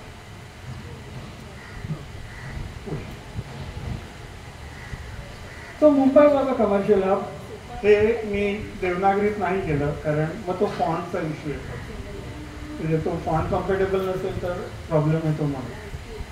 So Mumbai was a commercial hub. मी मगाशी म्हटलं ना मुंबई कोणाची? मुंबई फक्त व्यापाऱ्यांची, बाकी कोणाचीही नाही. मुंबईवरती अनेक राजे आले, अनेक राजे गेले, सगळं झालं. मला विरगुडकरांनी विचारलं होतं हे जे कोण मायग्रंट्स आहेत त्यांच्याबद्दल तुमचं काय म्हणणं आहे? म्हटलं तुम्ही सावरकर वाचलेत का? सावरकरांची हिंदूंची संकल्पना आहे ना की आम्ही मुंबईकरांना लावतो. जो मुंबईला मुंबई माझी म्हणून म्हणतो तो मुंबईचा. ते म्हणे मला बिहारींचं काय करायचं? म्हटलं सोपं आहे. मुंबईवर राज्य करणारा पहिला राजा कोण? सम्राट अशोक. तो बिहारी होता. सोपाऱ्याला इसवी सन पूर्व 3ऱ्या शतकातला त्याचा शिलालेख सापडला. हा पहिला पुरावा कुठला तरी राजा मुंबईवर राज्य करत होता. मग आता मी त्याला बिहारी म्हटलं तर काय प्रॉब्लेम आहे? त्याची राजधानी कुठे होती? पटण्याला. म्हणजे एकदम पक्का बिहार. मुंबईवर राज्य करणारा पहिला राजा जर बिहारचा होता तर मला बिहारींचा प्रॉब्लेम का असेल? हा, असण्याचं एक कारण असू शकतं. जर ते मुंबईला माझी मुंबई म्हणत नसतील तर प्रॉब्लेम. मग ते मुंबईकर नाहीत हे मला पण माहिती. आणि निरगुडकर म्हणजे इंटरव्ह्यू झाल्यावर मला म्हणाले, अरे एकतरी बॉल सोडायचा तू, मला खात्री होती की त्या बिहारच्या बॉलवरती तुझी विकेट जाणार, पण त्याला पण तू सिक्सर मारली. म्हटलं आहे आता काय. सो सोपारा, कल्याण, आपल्या घारापुरी म्हणजे एलिफंटाचं भेट, चौल, ठाणे आणि घोडबंदर, मुंबईतली 6 प्रमुख आंतरराष्ट्रीय व्यापारी बंदरं होती. याचा उल्लेख इसवी सनाच्या पहिल्या शतकातल्या म्हणजे सोपारा, कल्याण, चौल या तिन्हीचा उल्लेख इसवी सनाच्या पहिल्या शतकातल्या एका पुस्तकामध्ये मिळतो. तर पुस्तक कोणतं असेल? एका इजिप्शियन नावाड्याने, जो रोमचा नागरिक होता, त्यांनी आशियाचा प्रवास करताना प्रवासाचं गाईड लिहिलं होतं. मागनं येणाऱ्या सगळ्या प्रवाशांना उपयोगी व्हावं म्हणून. तो व्यापारी होता. तर ते इजिप्शियन नागरिक, इजिप्शियन माणूस जो रोमचा नागरिक होता, ज्याने त्याचा प्रवास अरेबियामधनं चालू केला, तो या सगळ्या ठिकाणी स्वतः आलेला होता. त्यांनी वर्णन केलं की तुम्ही कुठे जाल, सोपाऱ्याला गेल्यानंतर काय खरेदी कराल, कितीला खरेदी कराल, बार्गेनिंग काय कराल, कोणापासून सावध राहा, त्या सगळ्या नोट्स त्यांनी दिलेल्या इसवी सनाच्या पहिल्या शतकात. तो मुंबई परिसरातल्या सोपारा, कल्याण आणि चौल या ठिकाणांची डिटेल माहिती देतो. हे जेव्हा झालं तेव्हा म्हटलं काय, हे जर एका रोमन खलाशाला, जो मुळात इजिप्तचा आहे, याला माहिती असेल तर आपल्या लोकांना काहीच माहिती नव्हतं, हे तर नाही होणार. Mumbai has not been referred in any of the Indian literature. जरा फार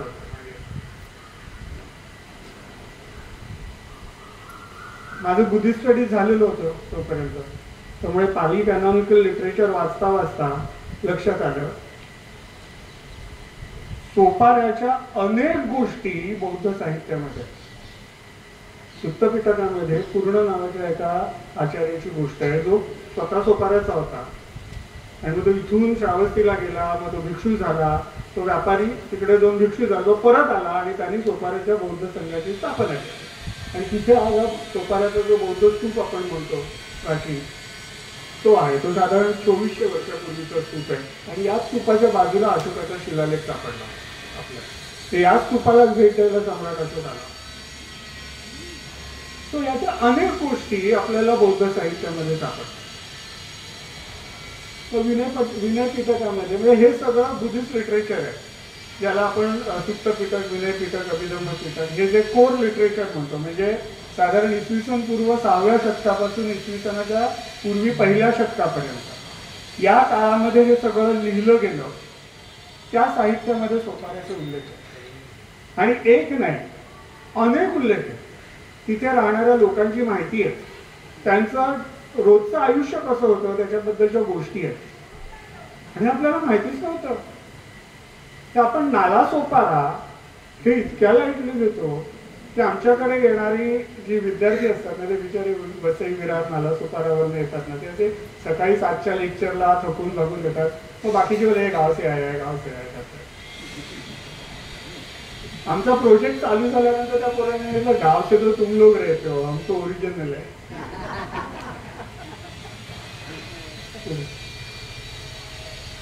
परत बौद्ध साहित्यामध्ये हे अनेक उल्लेख आहेत, तर मी आता या सगळ्यामध्ये जातो. हे जे पेंटिंग आहे ना, हे 19व्या शतकातलं पेंटिंग आहे. याचं मूळ जे काय इन्स्पिरेशन आहे ते अजंठाच्या पेंटिंग मध्ये. हे काय असेल? हे सोपारा शहराचं पेंटिंग आहे. अजंठाच्या लेण्यांमध्ये सोपाऱ्याचं, ऍक्च्युअल सोपारा बंदराचं पेंटिंग आहे आणि आपल्याला माहितीच नव्हतं. म्हणजे इसवी सनाच्या 5व्या शतकात सोपारा सच अ फेमस स्पोर्ट की अजंठाच्या चित्रकारांना ते चित्रित करावंसं वाटलं.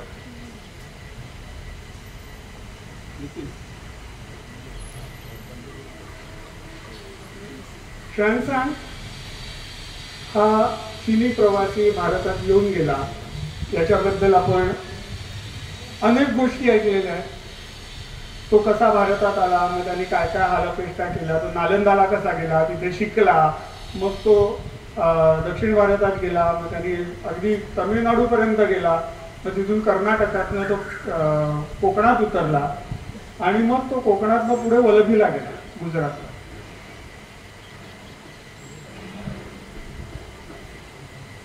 हा बाबा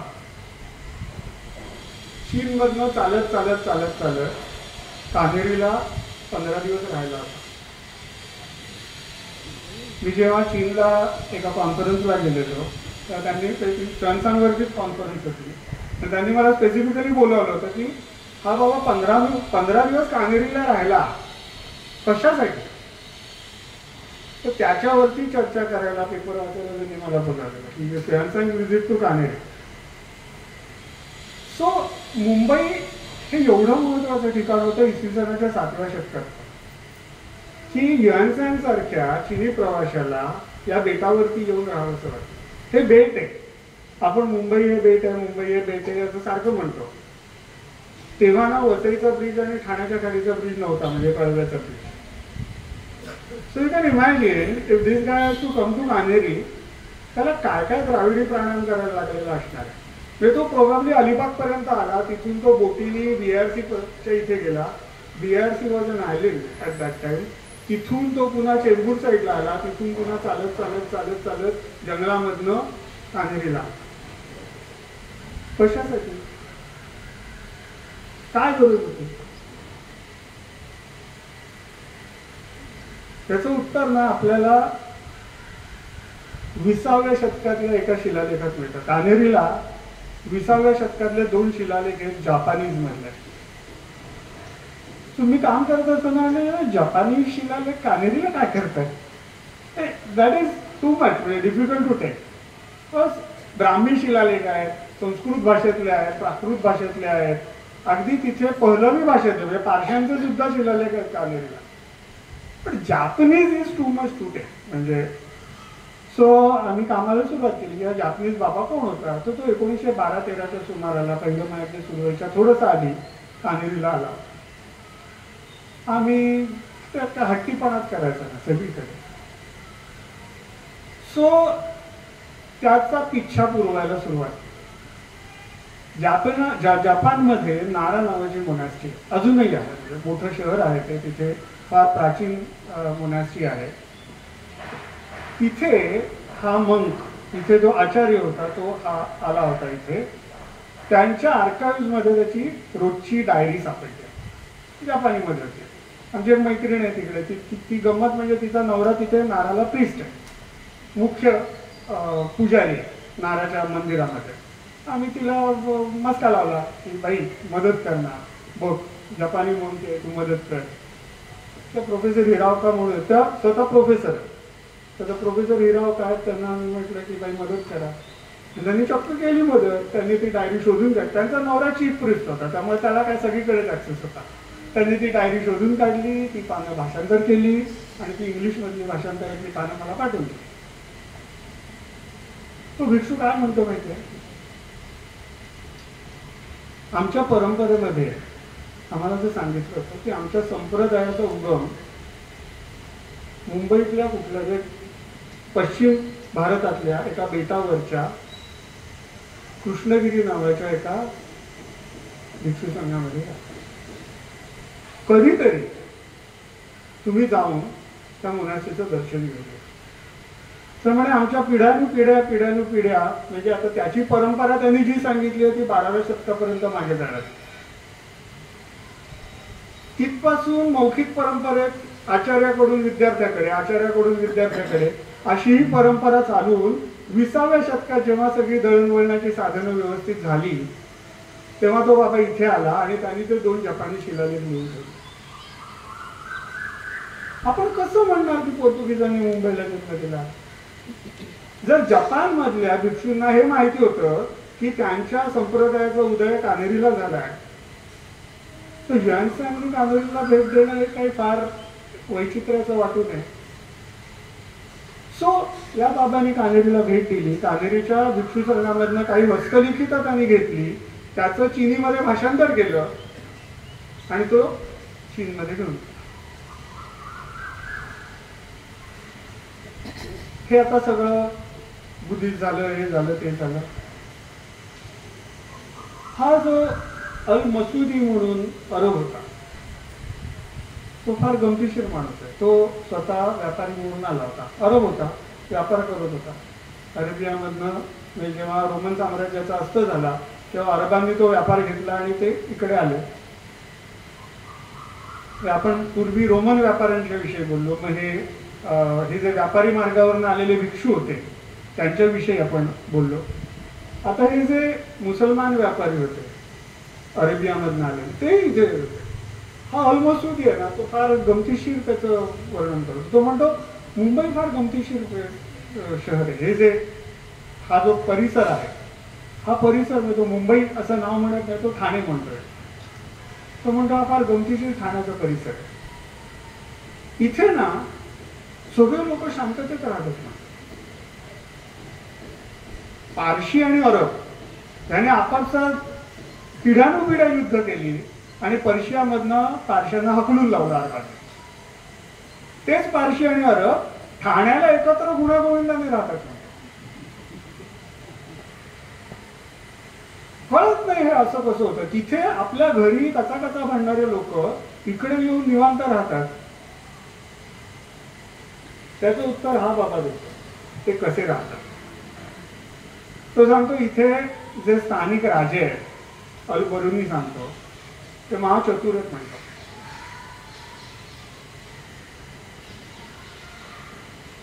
शिलाहार म्हणून आपले स्थानिक राजे होते. त्यांनी याज्ञवल्क्य स्मृतीवरती स्वतः भाष्य केलेलं आहे. स्वतः राजांनी, एवढे ते संस्कृतचे पंडित होते त्यावेळेला.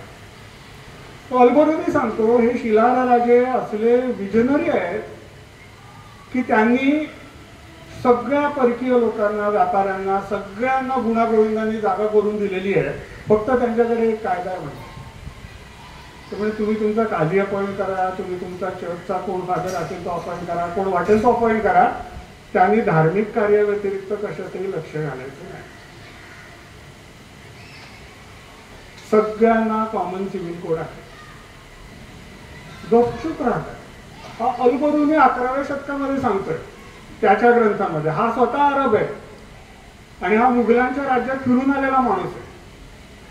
तो म्हणतो हे इथले ठाण्याच्या परिसरातले लोक काहीतरी वेगळेच आहेत म्हणतो. ते भांडत नाही आपापसात. मार्को पोलो हे तर आपण अनेक वेळा ऐकलंय. हा माणूस फार गमतीशीर गोष्ट सांगतो आपल्याला.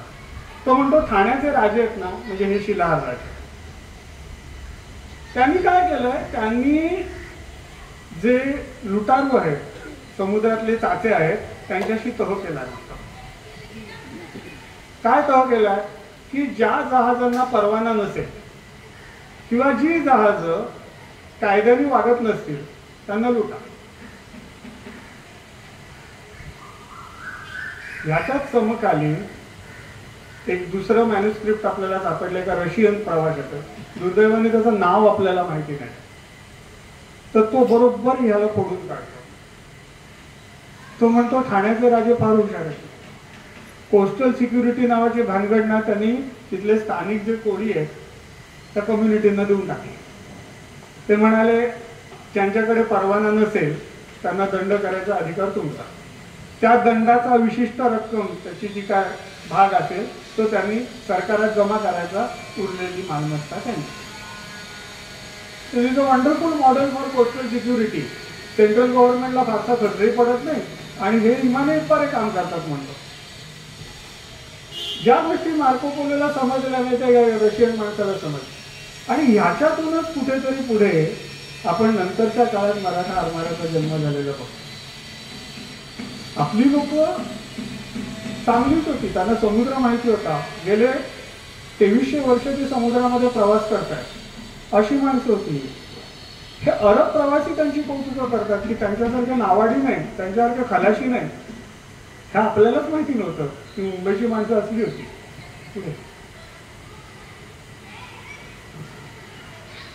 महाभारत आणि रामायणामध्ये पण मुंबई आहे.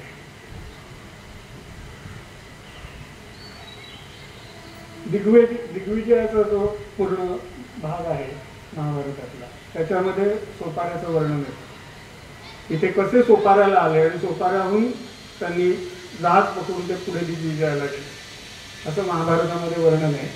आणि तसंच रामायणामध्ये सुद्धा सोपाऱ्याचं वर्णन. आणि याला एका 11व्या शतकातल्या शिलालेखातून पुष्टी मिळते की अशा प्रकारचे संदर्भ टेक्स्टमध्ये आहेत असे.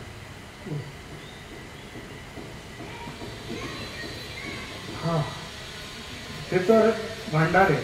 आपल्याकडची पुराण परंपरा जी आहे, कंदपुराणाच्या सह्याद्री खंडामध्ये सोपारा, चहूल, ठाणे, अनेक इथल्या नद्या, म्हणजे आपली उल्हास नदी, तिचं नाव सुब्राह्मणी म्हणून येतं, तेव्हा वैतरणी सुब्राह्मणी नदीच्या मध्ये सोपारा वसलेला आहे.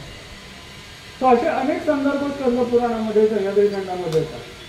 पद्मपुराणाच्या सह्याद्री खंडामध्ये सुद्धा आपल्याला निर्मळ महात्म्य म्हणजे सोपाऱ्याचं महात्म्य, सोपाऱ्याला जे निर्मळ गाव आहे, शंकराचार्यांचं तिथे समाधी आहे, तर त्या देवस्थानाचं महात्म्य, वज्रेश्वरी महात्म्य आणि तुंगारेश्वर महात्म्य, सगळी महात्म्य आपल्याला पद्मपुराणाच्या सह्याद्री खंडामध्ये मिळतात. आणि इतर जी छोटी छोटी महात्म्य विखुरलेली आपल्याला, जी कुठल्या मेजर टेक्स्चुअल ट्रेडिशनमध्ये मिळत नाही, ती आपल्याला मिळतात. ती म्हणजे वाळुकेश्वर महात्म्य, मुंबादेवी महात्म्य आणि चंपावती महात्म्य. ही महात्म्य अस्तित्वात आहेत आणि त्याचा आम्ही अभ्यास केला.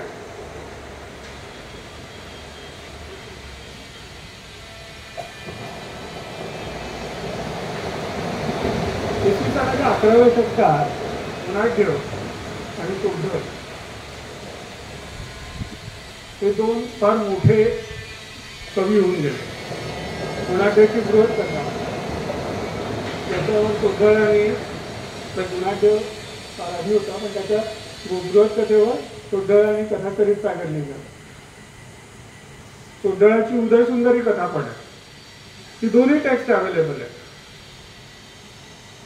कथाचरित सागरामध्ये चिंचणी, सोपारा, चौल याच्याशी संबंधित अनेक गोष्टी आहेत. त्याच्याही पलीकडे उदयसुंदरी कथेमध्ये ठाणा शहराचं वर्णन आहे अख्खं. ते ठाणा शहर कसं होतं, तिथे घरं कशी होती, माणसं कशी राहत होती, जलव्यवस्थापन कसं होतं, तिथलं बंदर कसं होतं, तिथली सुरक्षा कशी होती, हे सगळं वर्णन उदयसुंदरी कथेमध्ये आपल्याला पाहायला मिळतं. We just didn't know about it. Everything was there. आपल्या पूर्वजांनी व्यवस्थित गोष्टी लिहून ठेवल्या, फक्त आपण त्यांच्याकडे गेलो नाही. आणि हे तर आपल्याला सगळ्यांना माहिती असलेलं नाव आहे माहिकावतीची बखर. त्याच्यामध्ये माहीमचा सगळा इतिहास आहे. म्हणजे माहीम म्हणजे आपलं माहीमचा किल्ला असलेलं माहीम, ते तेव्हा माहीम नाही, हे माहीम.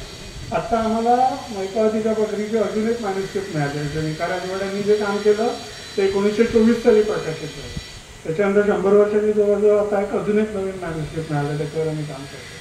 सो या बिंबाखान्यामध्ये किंवा माहिकावतीच्या बकरीमध्ये मुंबईतल्या अनेक गोष्टींचा संदर्भ आहे. आणि त्यातला एक म्हणजे बिंबराजा. बिंबराजा ही एक कथा आहे. बिंबराजा ही काहीतरी कोणीतरी आपली एक पुरी सोडलेली आहे आणि सगळे इतिहासकार त्याच्यावर विश्वास ठेवतात, अशी धारणा होती. माझ्याकडे वेळ आहे ना?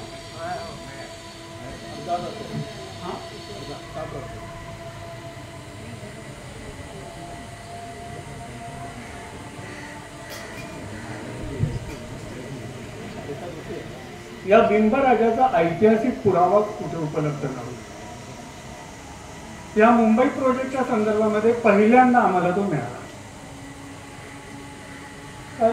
गमतीशीर शिलालेख हा आम्हाला कुठे मिळाला असेल तर BRC आहे आपलं, म्हणजे बाबा ॲटॉमिक रिसर्च सेंटर, ट्रॉम्बे. तिथे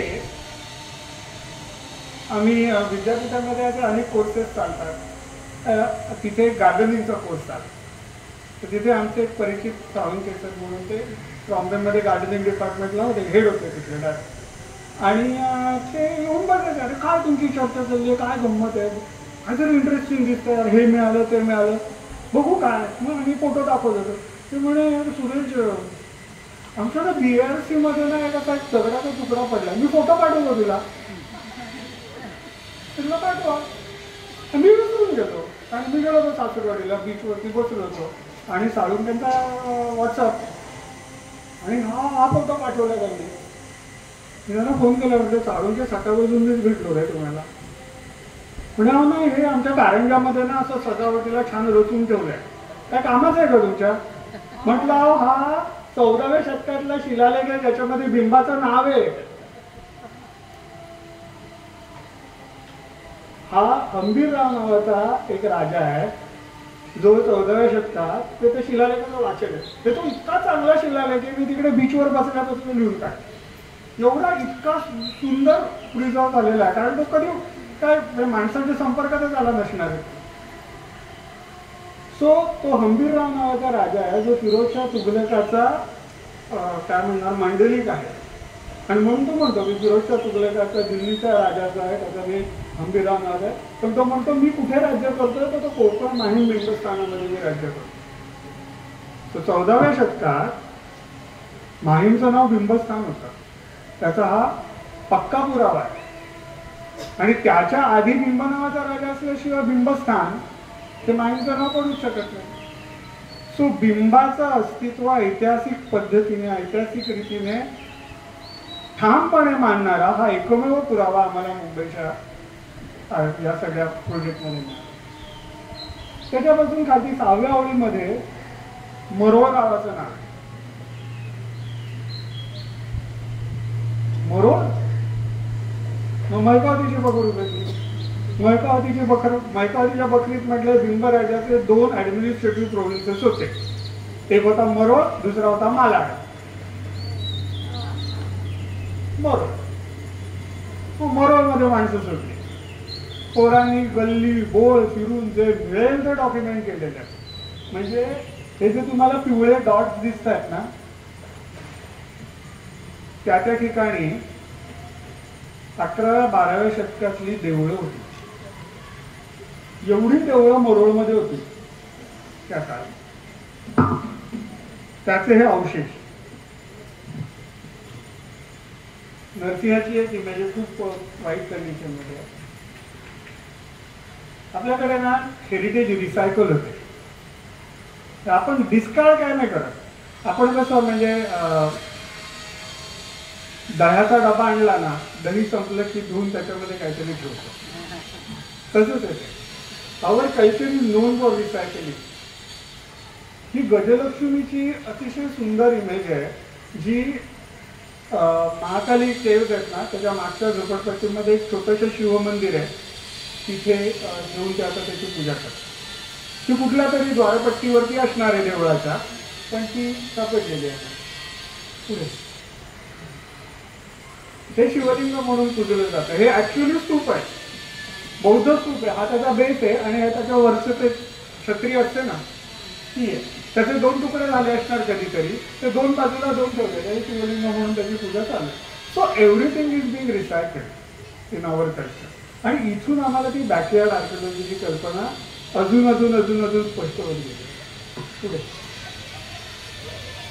हे तर कमला माता मंदिर आहे. बस डेपो आहे ना मरोळचा, त्याला लागून एंट्रन्सला लागून कमला माता मंदिराचं मंदिर आहे. हा आमचा विद्यार्थी म्हणून त्यावेळेला विद्यार्थी होता, आता मोठा माणूस झाला. तो काहीतरी कामासाठी गेला होता सीटच्या इकडे. येताना बस पकडायला लावून गेला आणि त्यांनी, सर या देवळामध्ये ना काहीतरी आहे. म्हटलं फोटो पाठव. आता तर मोबाईलमुळे बरं झालं, त्यांनी फोटो काढला व्हॉट्सअपवर. म्हटलं अरे हा 12व्या शतकातल्या एका देवळाचा खांब आहे. तो सांगितल्यावर तुमच्या पटकन लक्षात येईल, तो अर्खच खांब आहे. पण तो इतक्या वर्ष ती कमला माता म्हणून लोक तिची पूजा करतात आणि त्यामुळे तो जतन झाला. नाही तर तो कधीच कुठेतरी गेला असता ना. पुढे गावठाण जे आहे, जुना गावठाण मरोळचं, तिथे असं झाडाच्या बुंदाला लावून या गोष्टी ठेवलेल्या होत्या. रोज आपले लोक तेल घालतात त्याच्यावरती, आणि आपल्याकडे सपाट दगड दिसला की तो शनीचा दगड असतो. आता तो शनीचा दगड आहे. हा जो आहे ना हा. आणि आमच्या आधी कोणी सांगितलं शनीचा दगड आहे ना की आम्हाला एकदम आनंद होतो. त्याचं कारण सपाट दगड उगाच कोणी करत नाही ना. दगड सपाट झाले की त्याच्यावर इन्स्क्रिप्शन असतं, शनीचा दगड. चंद्र सूर्य आणि इथे संवत क्लिअर वाचता येते.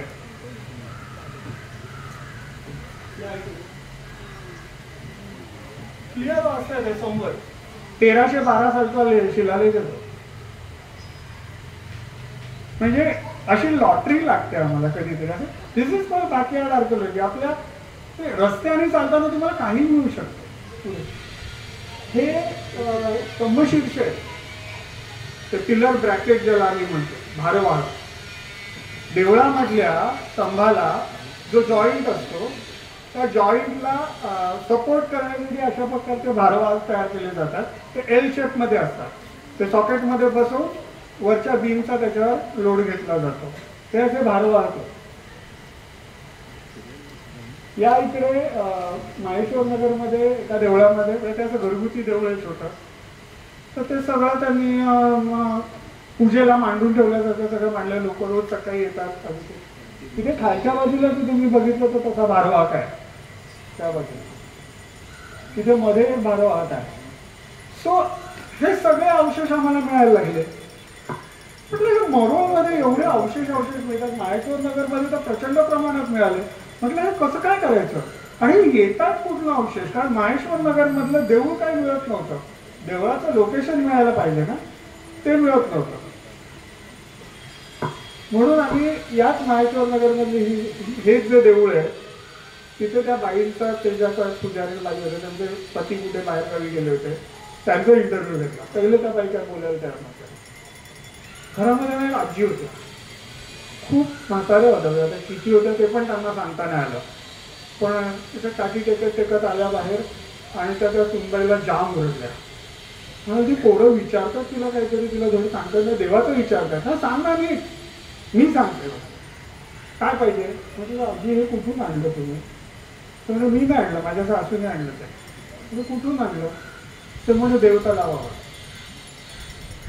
सिब्स जे आहे ना, सिब्स मध्ये एक तलाव आहे, त्याला अजूनही लोक देवतलाव म्हणतात, कारण त्याच्या काठावरती एक देऊळ होतं. जे देऊळ पोर्तुगीजांनी काहीतरी 1665 साली पाडलं, रेकॉर्ड आहे त्याचा, आणि तिथे चर्च बांधलं. तर सिब्स मधलं जे चर्च आहे ते, त्या सगळ्या देवळाचे अवशेष आहे तिकडे तिकडे पसरले. सो वी सेड की this is a good clue. आपण we should start identifying locations of the temple. मुंबईमध्ये आम्हाला अशी 21 देवळं मिळाली, 21 लोकेशन्स मिळाली जिथे पूर्वीच्या काही देवळं होती. आणि तुम्ही अंबरनाथचं मंदिर बघितलं असेल, मिनिमम त्या साईजची देवळं. It's a elaborate temple. तुम्ही इमॅजिन करू शकता, एक देऊळ जर जगवायचं असेल ना, उभं ठेवायचं असेल, फंक्शनिंग ठेवायचं असेल, तर त्याच्यासाठी किती रेव्हेन्यू जनरेट करायला लागतं. बिकॉज ही जी मंदिरं असतात ती सरप्लसवरती चालतात. मी माझं जेवण तोडून दान देत नाही ना, सरप्लस असतं तेच दान देतो. सो जर मुंबई परिसरात साष्टी बेटावरती 21 देवळं असतील तर तुम्ही विचार करा की साष्टी बेटामध्ये किती मोठ्या प्रमाणावर व्यापार आणि सरप्लस निर्माण होत असेल. आणि हे 11-12 शतकातलं पण म्हणतात.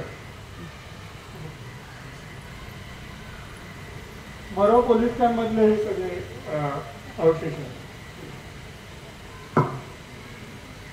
याच्यातली एक गंमत सांगून टाकतो की मी जे म्हटलं ना की आम्ही आर्किओलॉजीची थोडीशी दृष्टी बदलायचा प्रयत्न केला. तो नक्की काय केला तर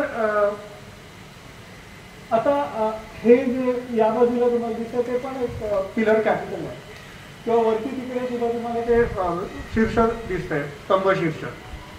भारतीय मंदिरांचं एक वैशिष्ट्य आहे की त्या मंदिरामधल्या सगळ्या गोष्टी प्रमाणात असतात.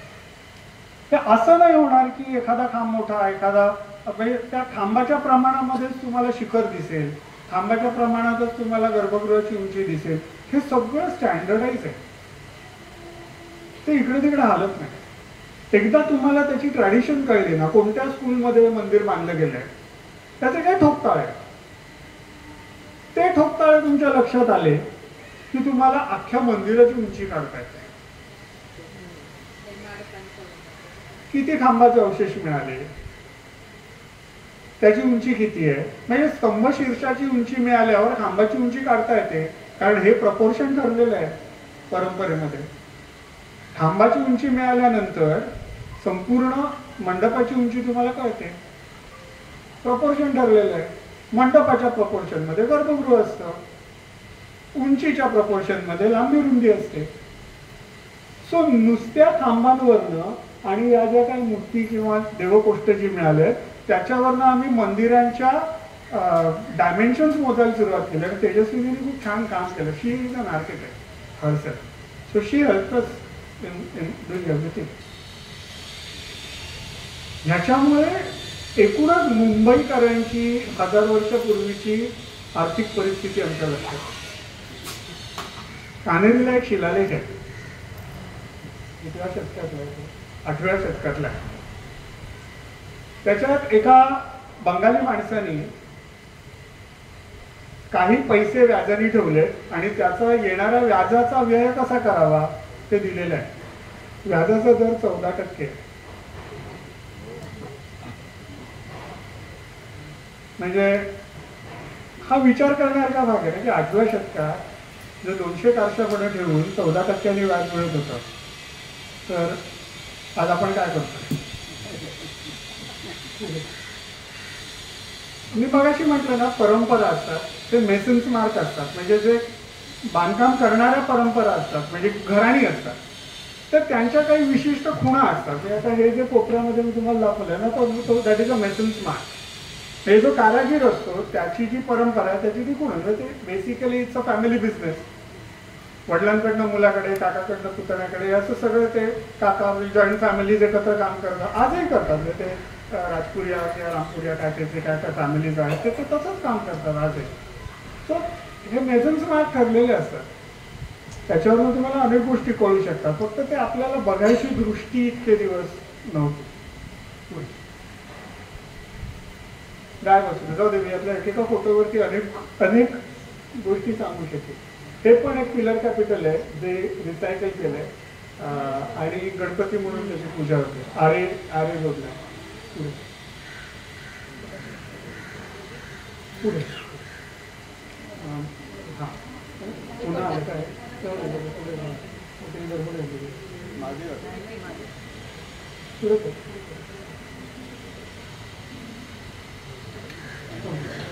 सो बेसिकली मला काय सांगायचं होतं की मरोळचं एक एक्झाम्पल आहे. मालाडला हेच सापडलंय, माहीमला हेच सापडलंय, बोरुलीला, कांदिवलीला, सगळीकडे हेच सापडलंय. दिस इज अ बॅकयार्ड आर्किओलॉजी. आम्ही जेव्हा अँटिक्विटीज डॉक्युमेंट केल्या, मुंबईच्या साष्टी बेटावरती सापडलेल्या डॉक्युमेंट केलेल्या अँटिक्विटीजचा नंबर 800च्या वरचा आहे. त्याच्यामध्ये अश्मयुगीन हत्यारांपासून आम्ही जो काय कट ऑफ घेतला होता तो म्हणजे ब्रिटिश पिरियड घेतला होता. कारण ब्रिटिश पिरियडमधलं काय बरंच आहे आजूबाजू, तेवढं सगळं घ्यायची काही गरज नाही. आणि ब्रिटिशांवरती अनेकांनी काम केलंय, पोर्तुगीजांवरती अनेकांनी काम केलं. So we just don't want to enter that. त्यामुळे तो कट ऑफ घेतला होता की 1662 पर्यंत थांबायचं, त्याच्या पुढे जायचं नाही, हे ठरवलं. या एवढ्या काळात अश्मयुगीन काळापासून 17व्या शतकापर्यंतच्या सगळ्या अँटिक्विटीज, त्याच्यामध्ये स्कल्पचर्स आहेत, नाणी आहेत, शिलालेख आहेत. एक गमतीचा उल्लेख सांगतो की मनोरी तिकडे मैकावतीच्या बकरीमध्ये एक पाटील घराण्याचा उल्लेख आहे. सो आम्ही जे सर्वे करत होतो तर तिथे एक जुना वाडा होता जो त्यात डिमॉलिश करत होते आणि त्याचं फाउंडेशन होतं नुसतं. सो आमच्या पोरांनी जाऊन तिथे डॉक्युमेंट केलं. त्याच्यावरती एक इन्स्क्रिप्शन निघालं जे 14व्या शतकातलं होतं आणि ते पाटील फॅमिलीचं होतं. सो मैकावतीच्या बकरीमधल्या त्या पाटलाचं नाव होतं. ते ऍक्च्युली इन्स्क्रिप्शन तिथे मला सापडलं. सो माहिती नव्हतं आपल्याला. आपल्याकडे ना एक फर्ग्युसन नावाचा स्कॉलर होऊन गेला. तो ना निळीचा व्यापार करायचा 19व्या शतकामध्ये मध्यात. निळीचा व्यापार करून तुफान पैसे कमवले आणि साधारण एक 35-40 वर्षाचा झाल्यावर त्याला पैसे कमवायचा कंटाळा, एवढे पैसे कमवले. तो म्हणला आता मी काय करू, तर तो म्हणला मी ना भारताचा अभ्यास करतो. आणि त्यांनी वाहून घेतलं स्वतः. भारतातल्या वेगवेगळ्या लेणी गुंफा यांचा त्यांनी अभ्यास केला आणि केव्ह टेम्पल्स ऑफ इंडिया नावाचा एक सुंदर ग्रंथ लिहिला. त्याच्या प्रस्तावनेत तो खूप छान सांगतो, our ancestors are eager to tell us something. आपले पूर्वज आहेत ना, आपल्याला काहीतरी सांगायचा प्रयत्न करतात. त्यांना ना फक्त ऐकणारा एक कान हवा आहे. मुंबई प्रोजेक्टमध्ये ना आम्ही फक्त तो कान व्हायचा प्रयत्न केला. थँक्यू.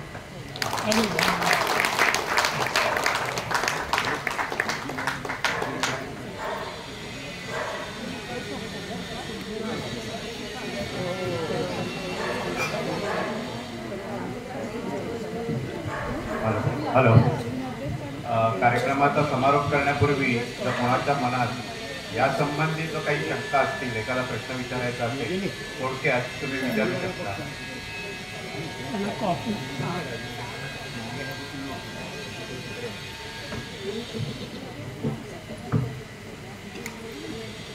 कोणाला काही प्रश्न विचारायचा आहे का? नाहीतर आपण इथे कार्यक्रम थांबवू शकेल.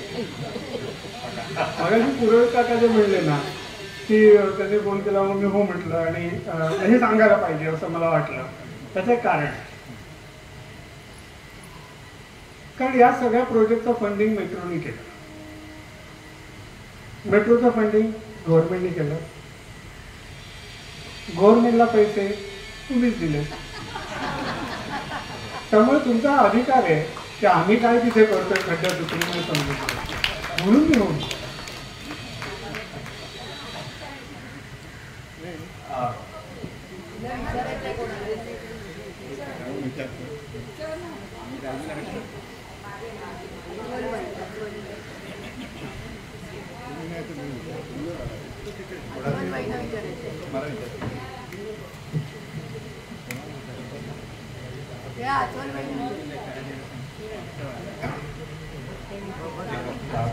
हॅलो. आम्हाला असं वाटलं की तुम्ही सुरुवात मुंबादेवीपासून कराल, पण तुमची सुरुवात आमच्या कांदिवलीपासून झाली. असं काही काय कारण असेल? पहिलं कारण म्हणजे मी कांदिवलीचं. काय माहितीये का, आपल्याकडे अशी धारणा आहे की देव आधी येतो आणि मग आपण येतो. म्हणजे त्यात काही देव नाही. पण देऊळ आधी नाही येऊ शकत. देव आधी येऊ शकतो, देऊळ आधी नाही येऊ शकत. त्यामुळे आधी मुंबई आणि मग मुंबादेवी. त्यामुळे मुंबादेवीचं जे आत्ताचं देऊळ आहे ना ते ब्रिटिश पिरियडचं. जेव्हा ब्रिटिश स्टेशन बांधलं तेव्हा ते हलवून आत्ताच्या जागी आणून ठेवलं. त्यामुळे that doesn't fall under my scope of work. म्हणून मुंबादेवी. पण मुंबादेवी महात्म्य आम्ही घेतलं.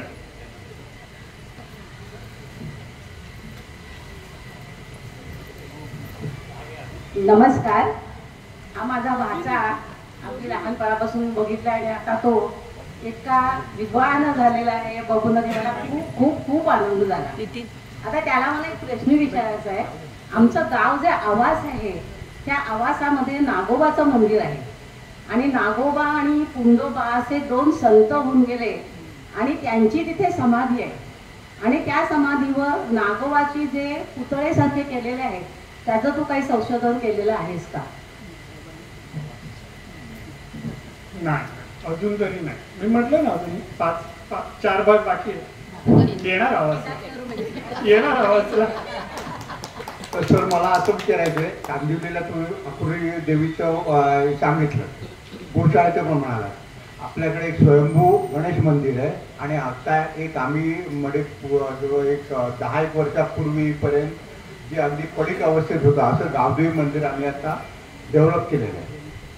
म्हणजे ओरिजिनल गावदेवीला आम्ही जी म्हणजे तुम्ही म्हणा काय अवघीच्या अवस्था वगैरे आपण म्हणतो ना तसं केलेलं आहे. तर मला महिकावरती ज्या बकरी त्यांचा कुठे उल्लेख आहे का, असं तुम्ही कधी पाहिलं का? नाहीये. नाहीये. तर ज्या 3 प्रती माझ्याकडे आहेत मायकावती बकरीच्या, त्या 3ही मॅन्युस्क्रिप्टमध्ये नाही. मग ऍक्च्युली तुम्ही जर का तिकडे आलात आणि जर का तुम्हाला आता काही शिलालेख कोण सापडला तर त्या दृष्टीने तुम्ही बघाल का? हो चालेल. That is not backward archaeology. मग वेळ काढायचा आमचा.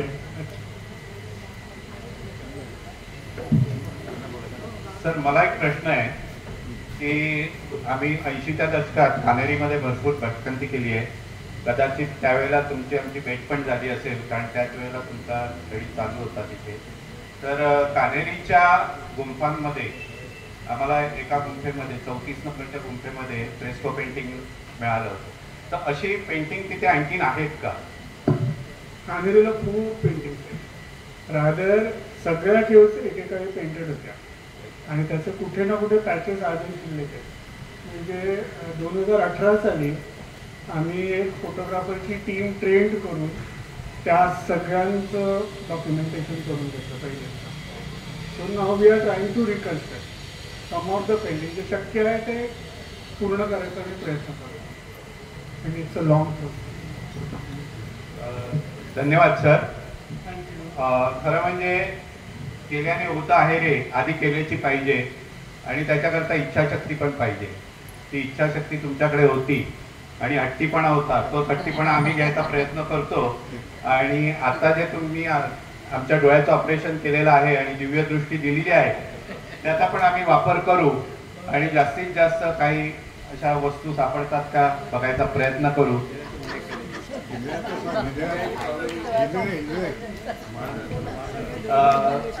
राणेंनी उल्लेख केला म्हणून सांगतो की सध्या कोकणामध्ये कातळ शिल्प खूप सापडत आहे.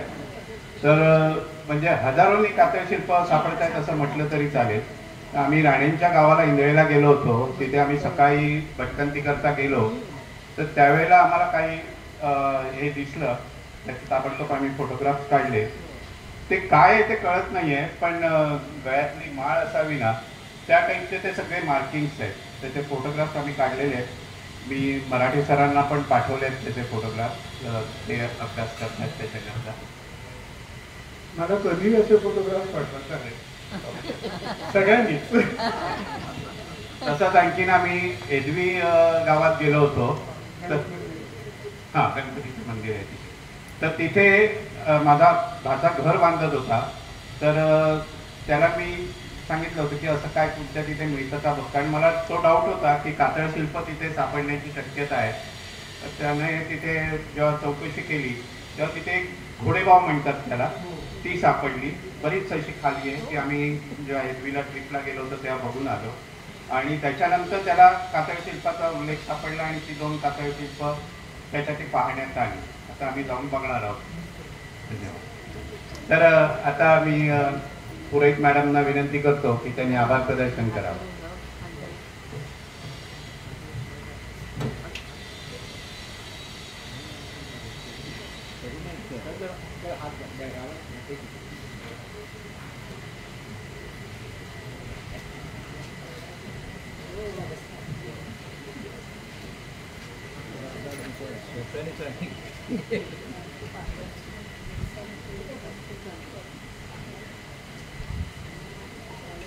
एक मी तुला काही आहो वगैरे म्हणणार नाही बरं, तुला हेच म्हणणार आहे.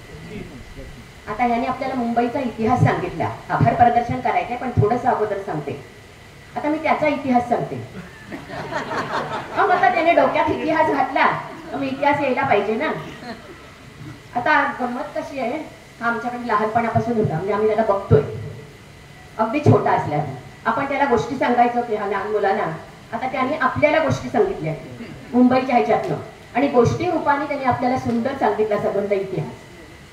एक विशेष त्याचा इतिहास म्हणजे त्याचे वडील, आता आधीच सांगते, त्याचं नाव सूरज, वडिलांचं नाव अविनाश, आडनाव पंडित. बघा आता कसं ते. मोठ्या भावाचं नाव सागर.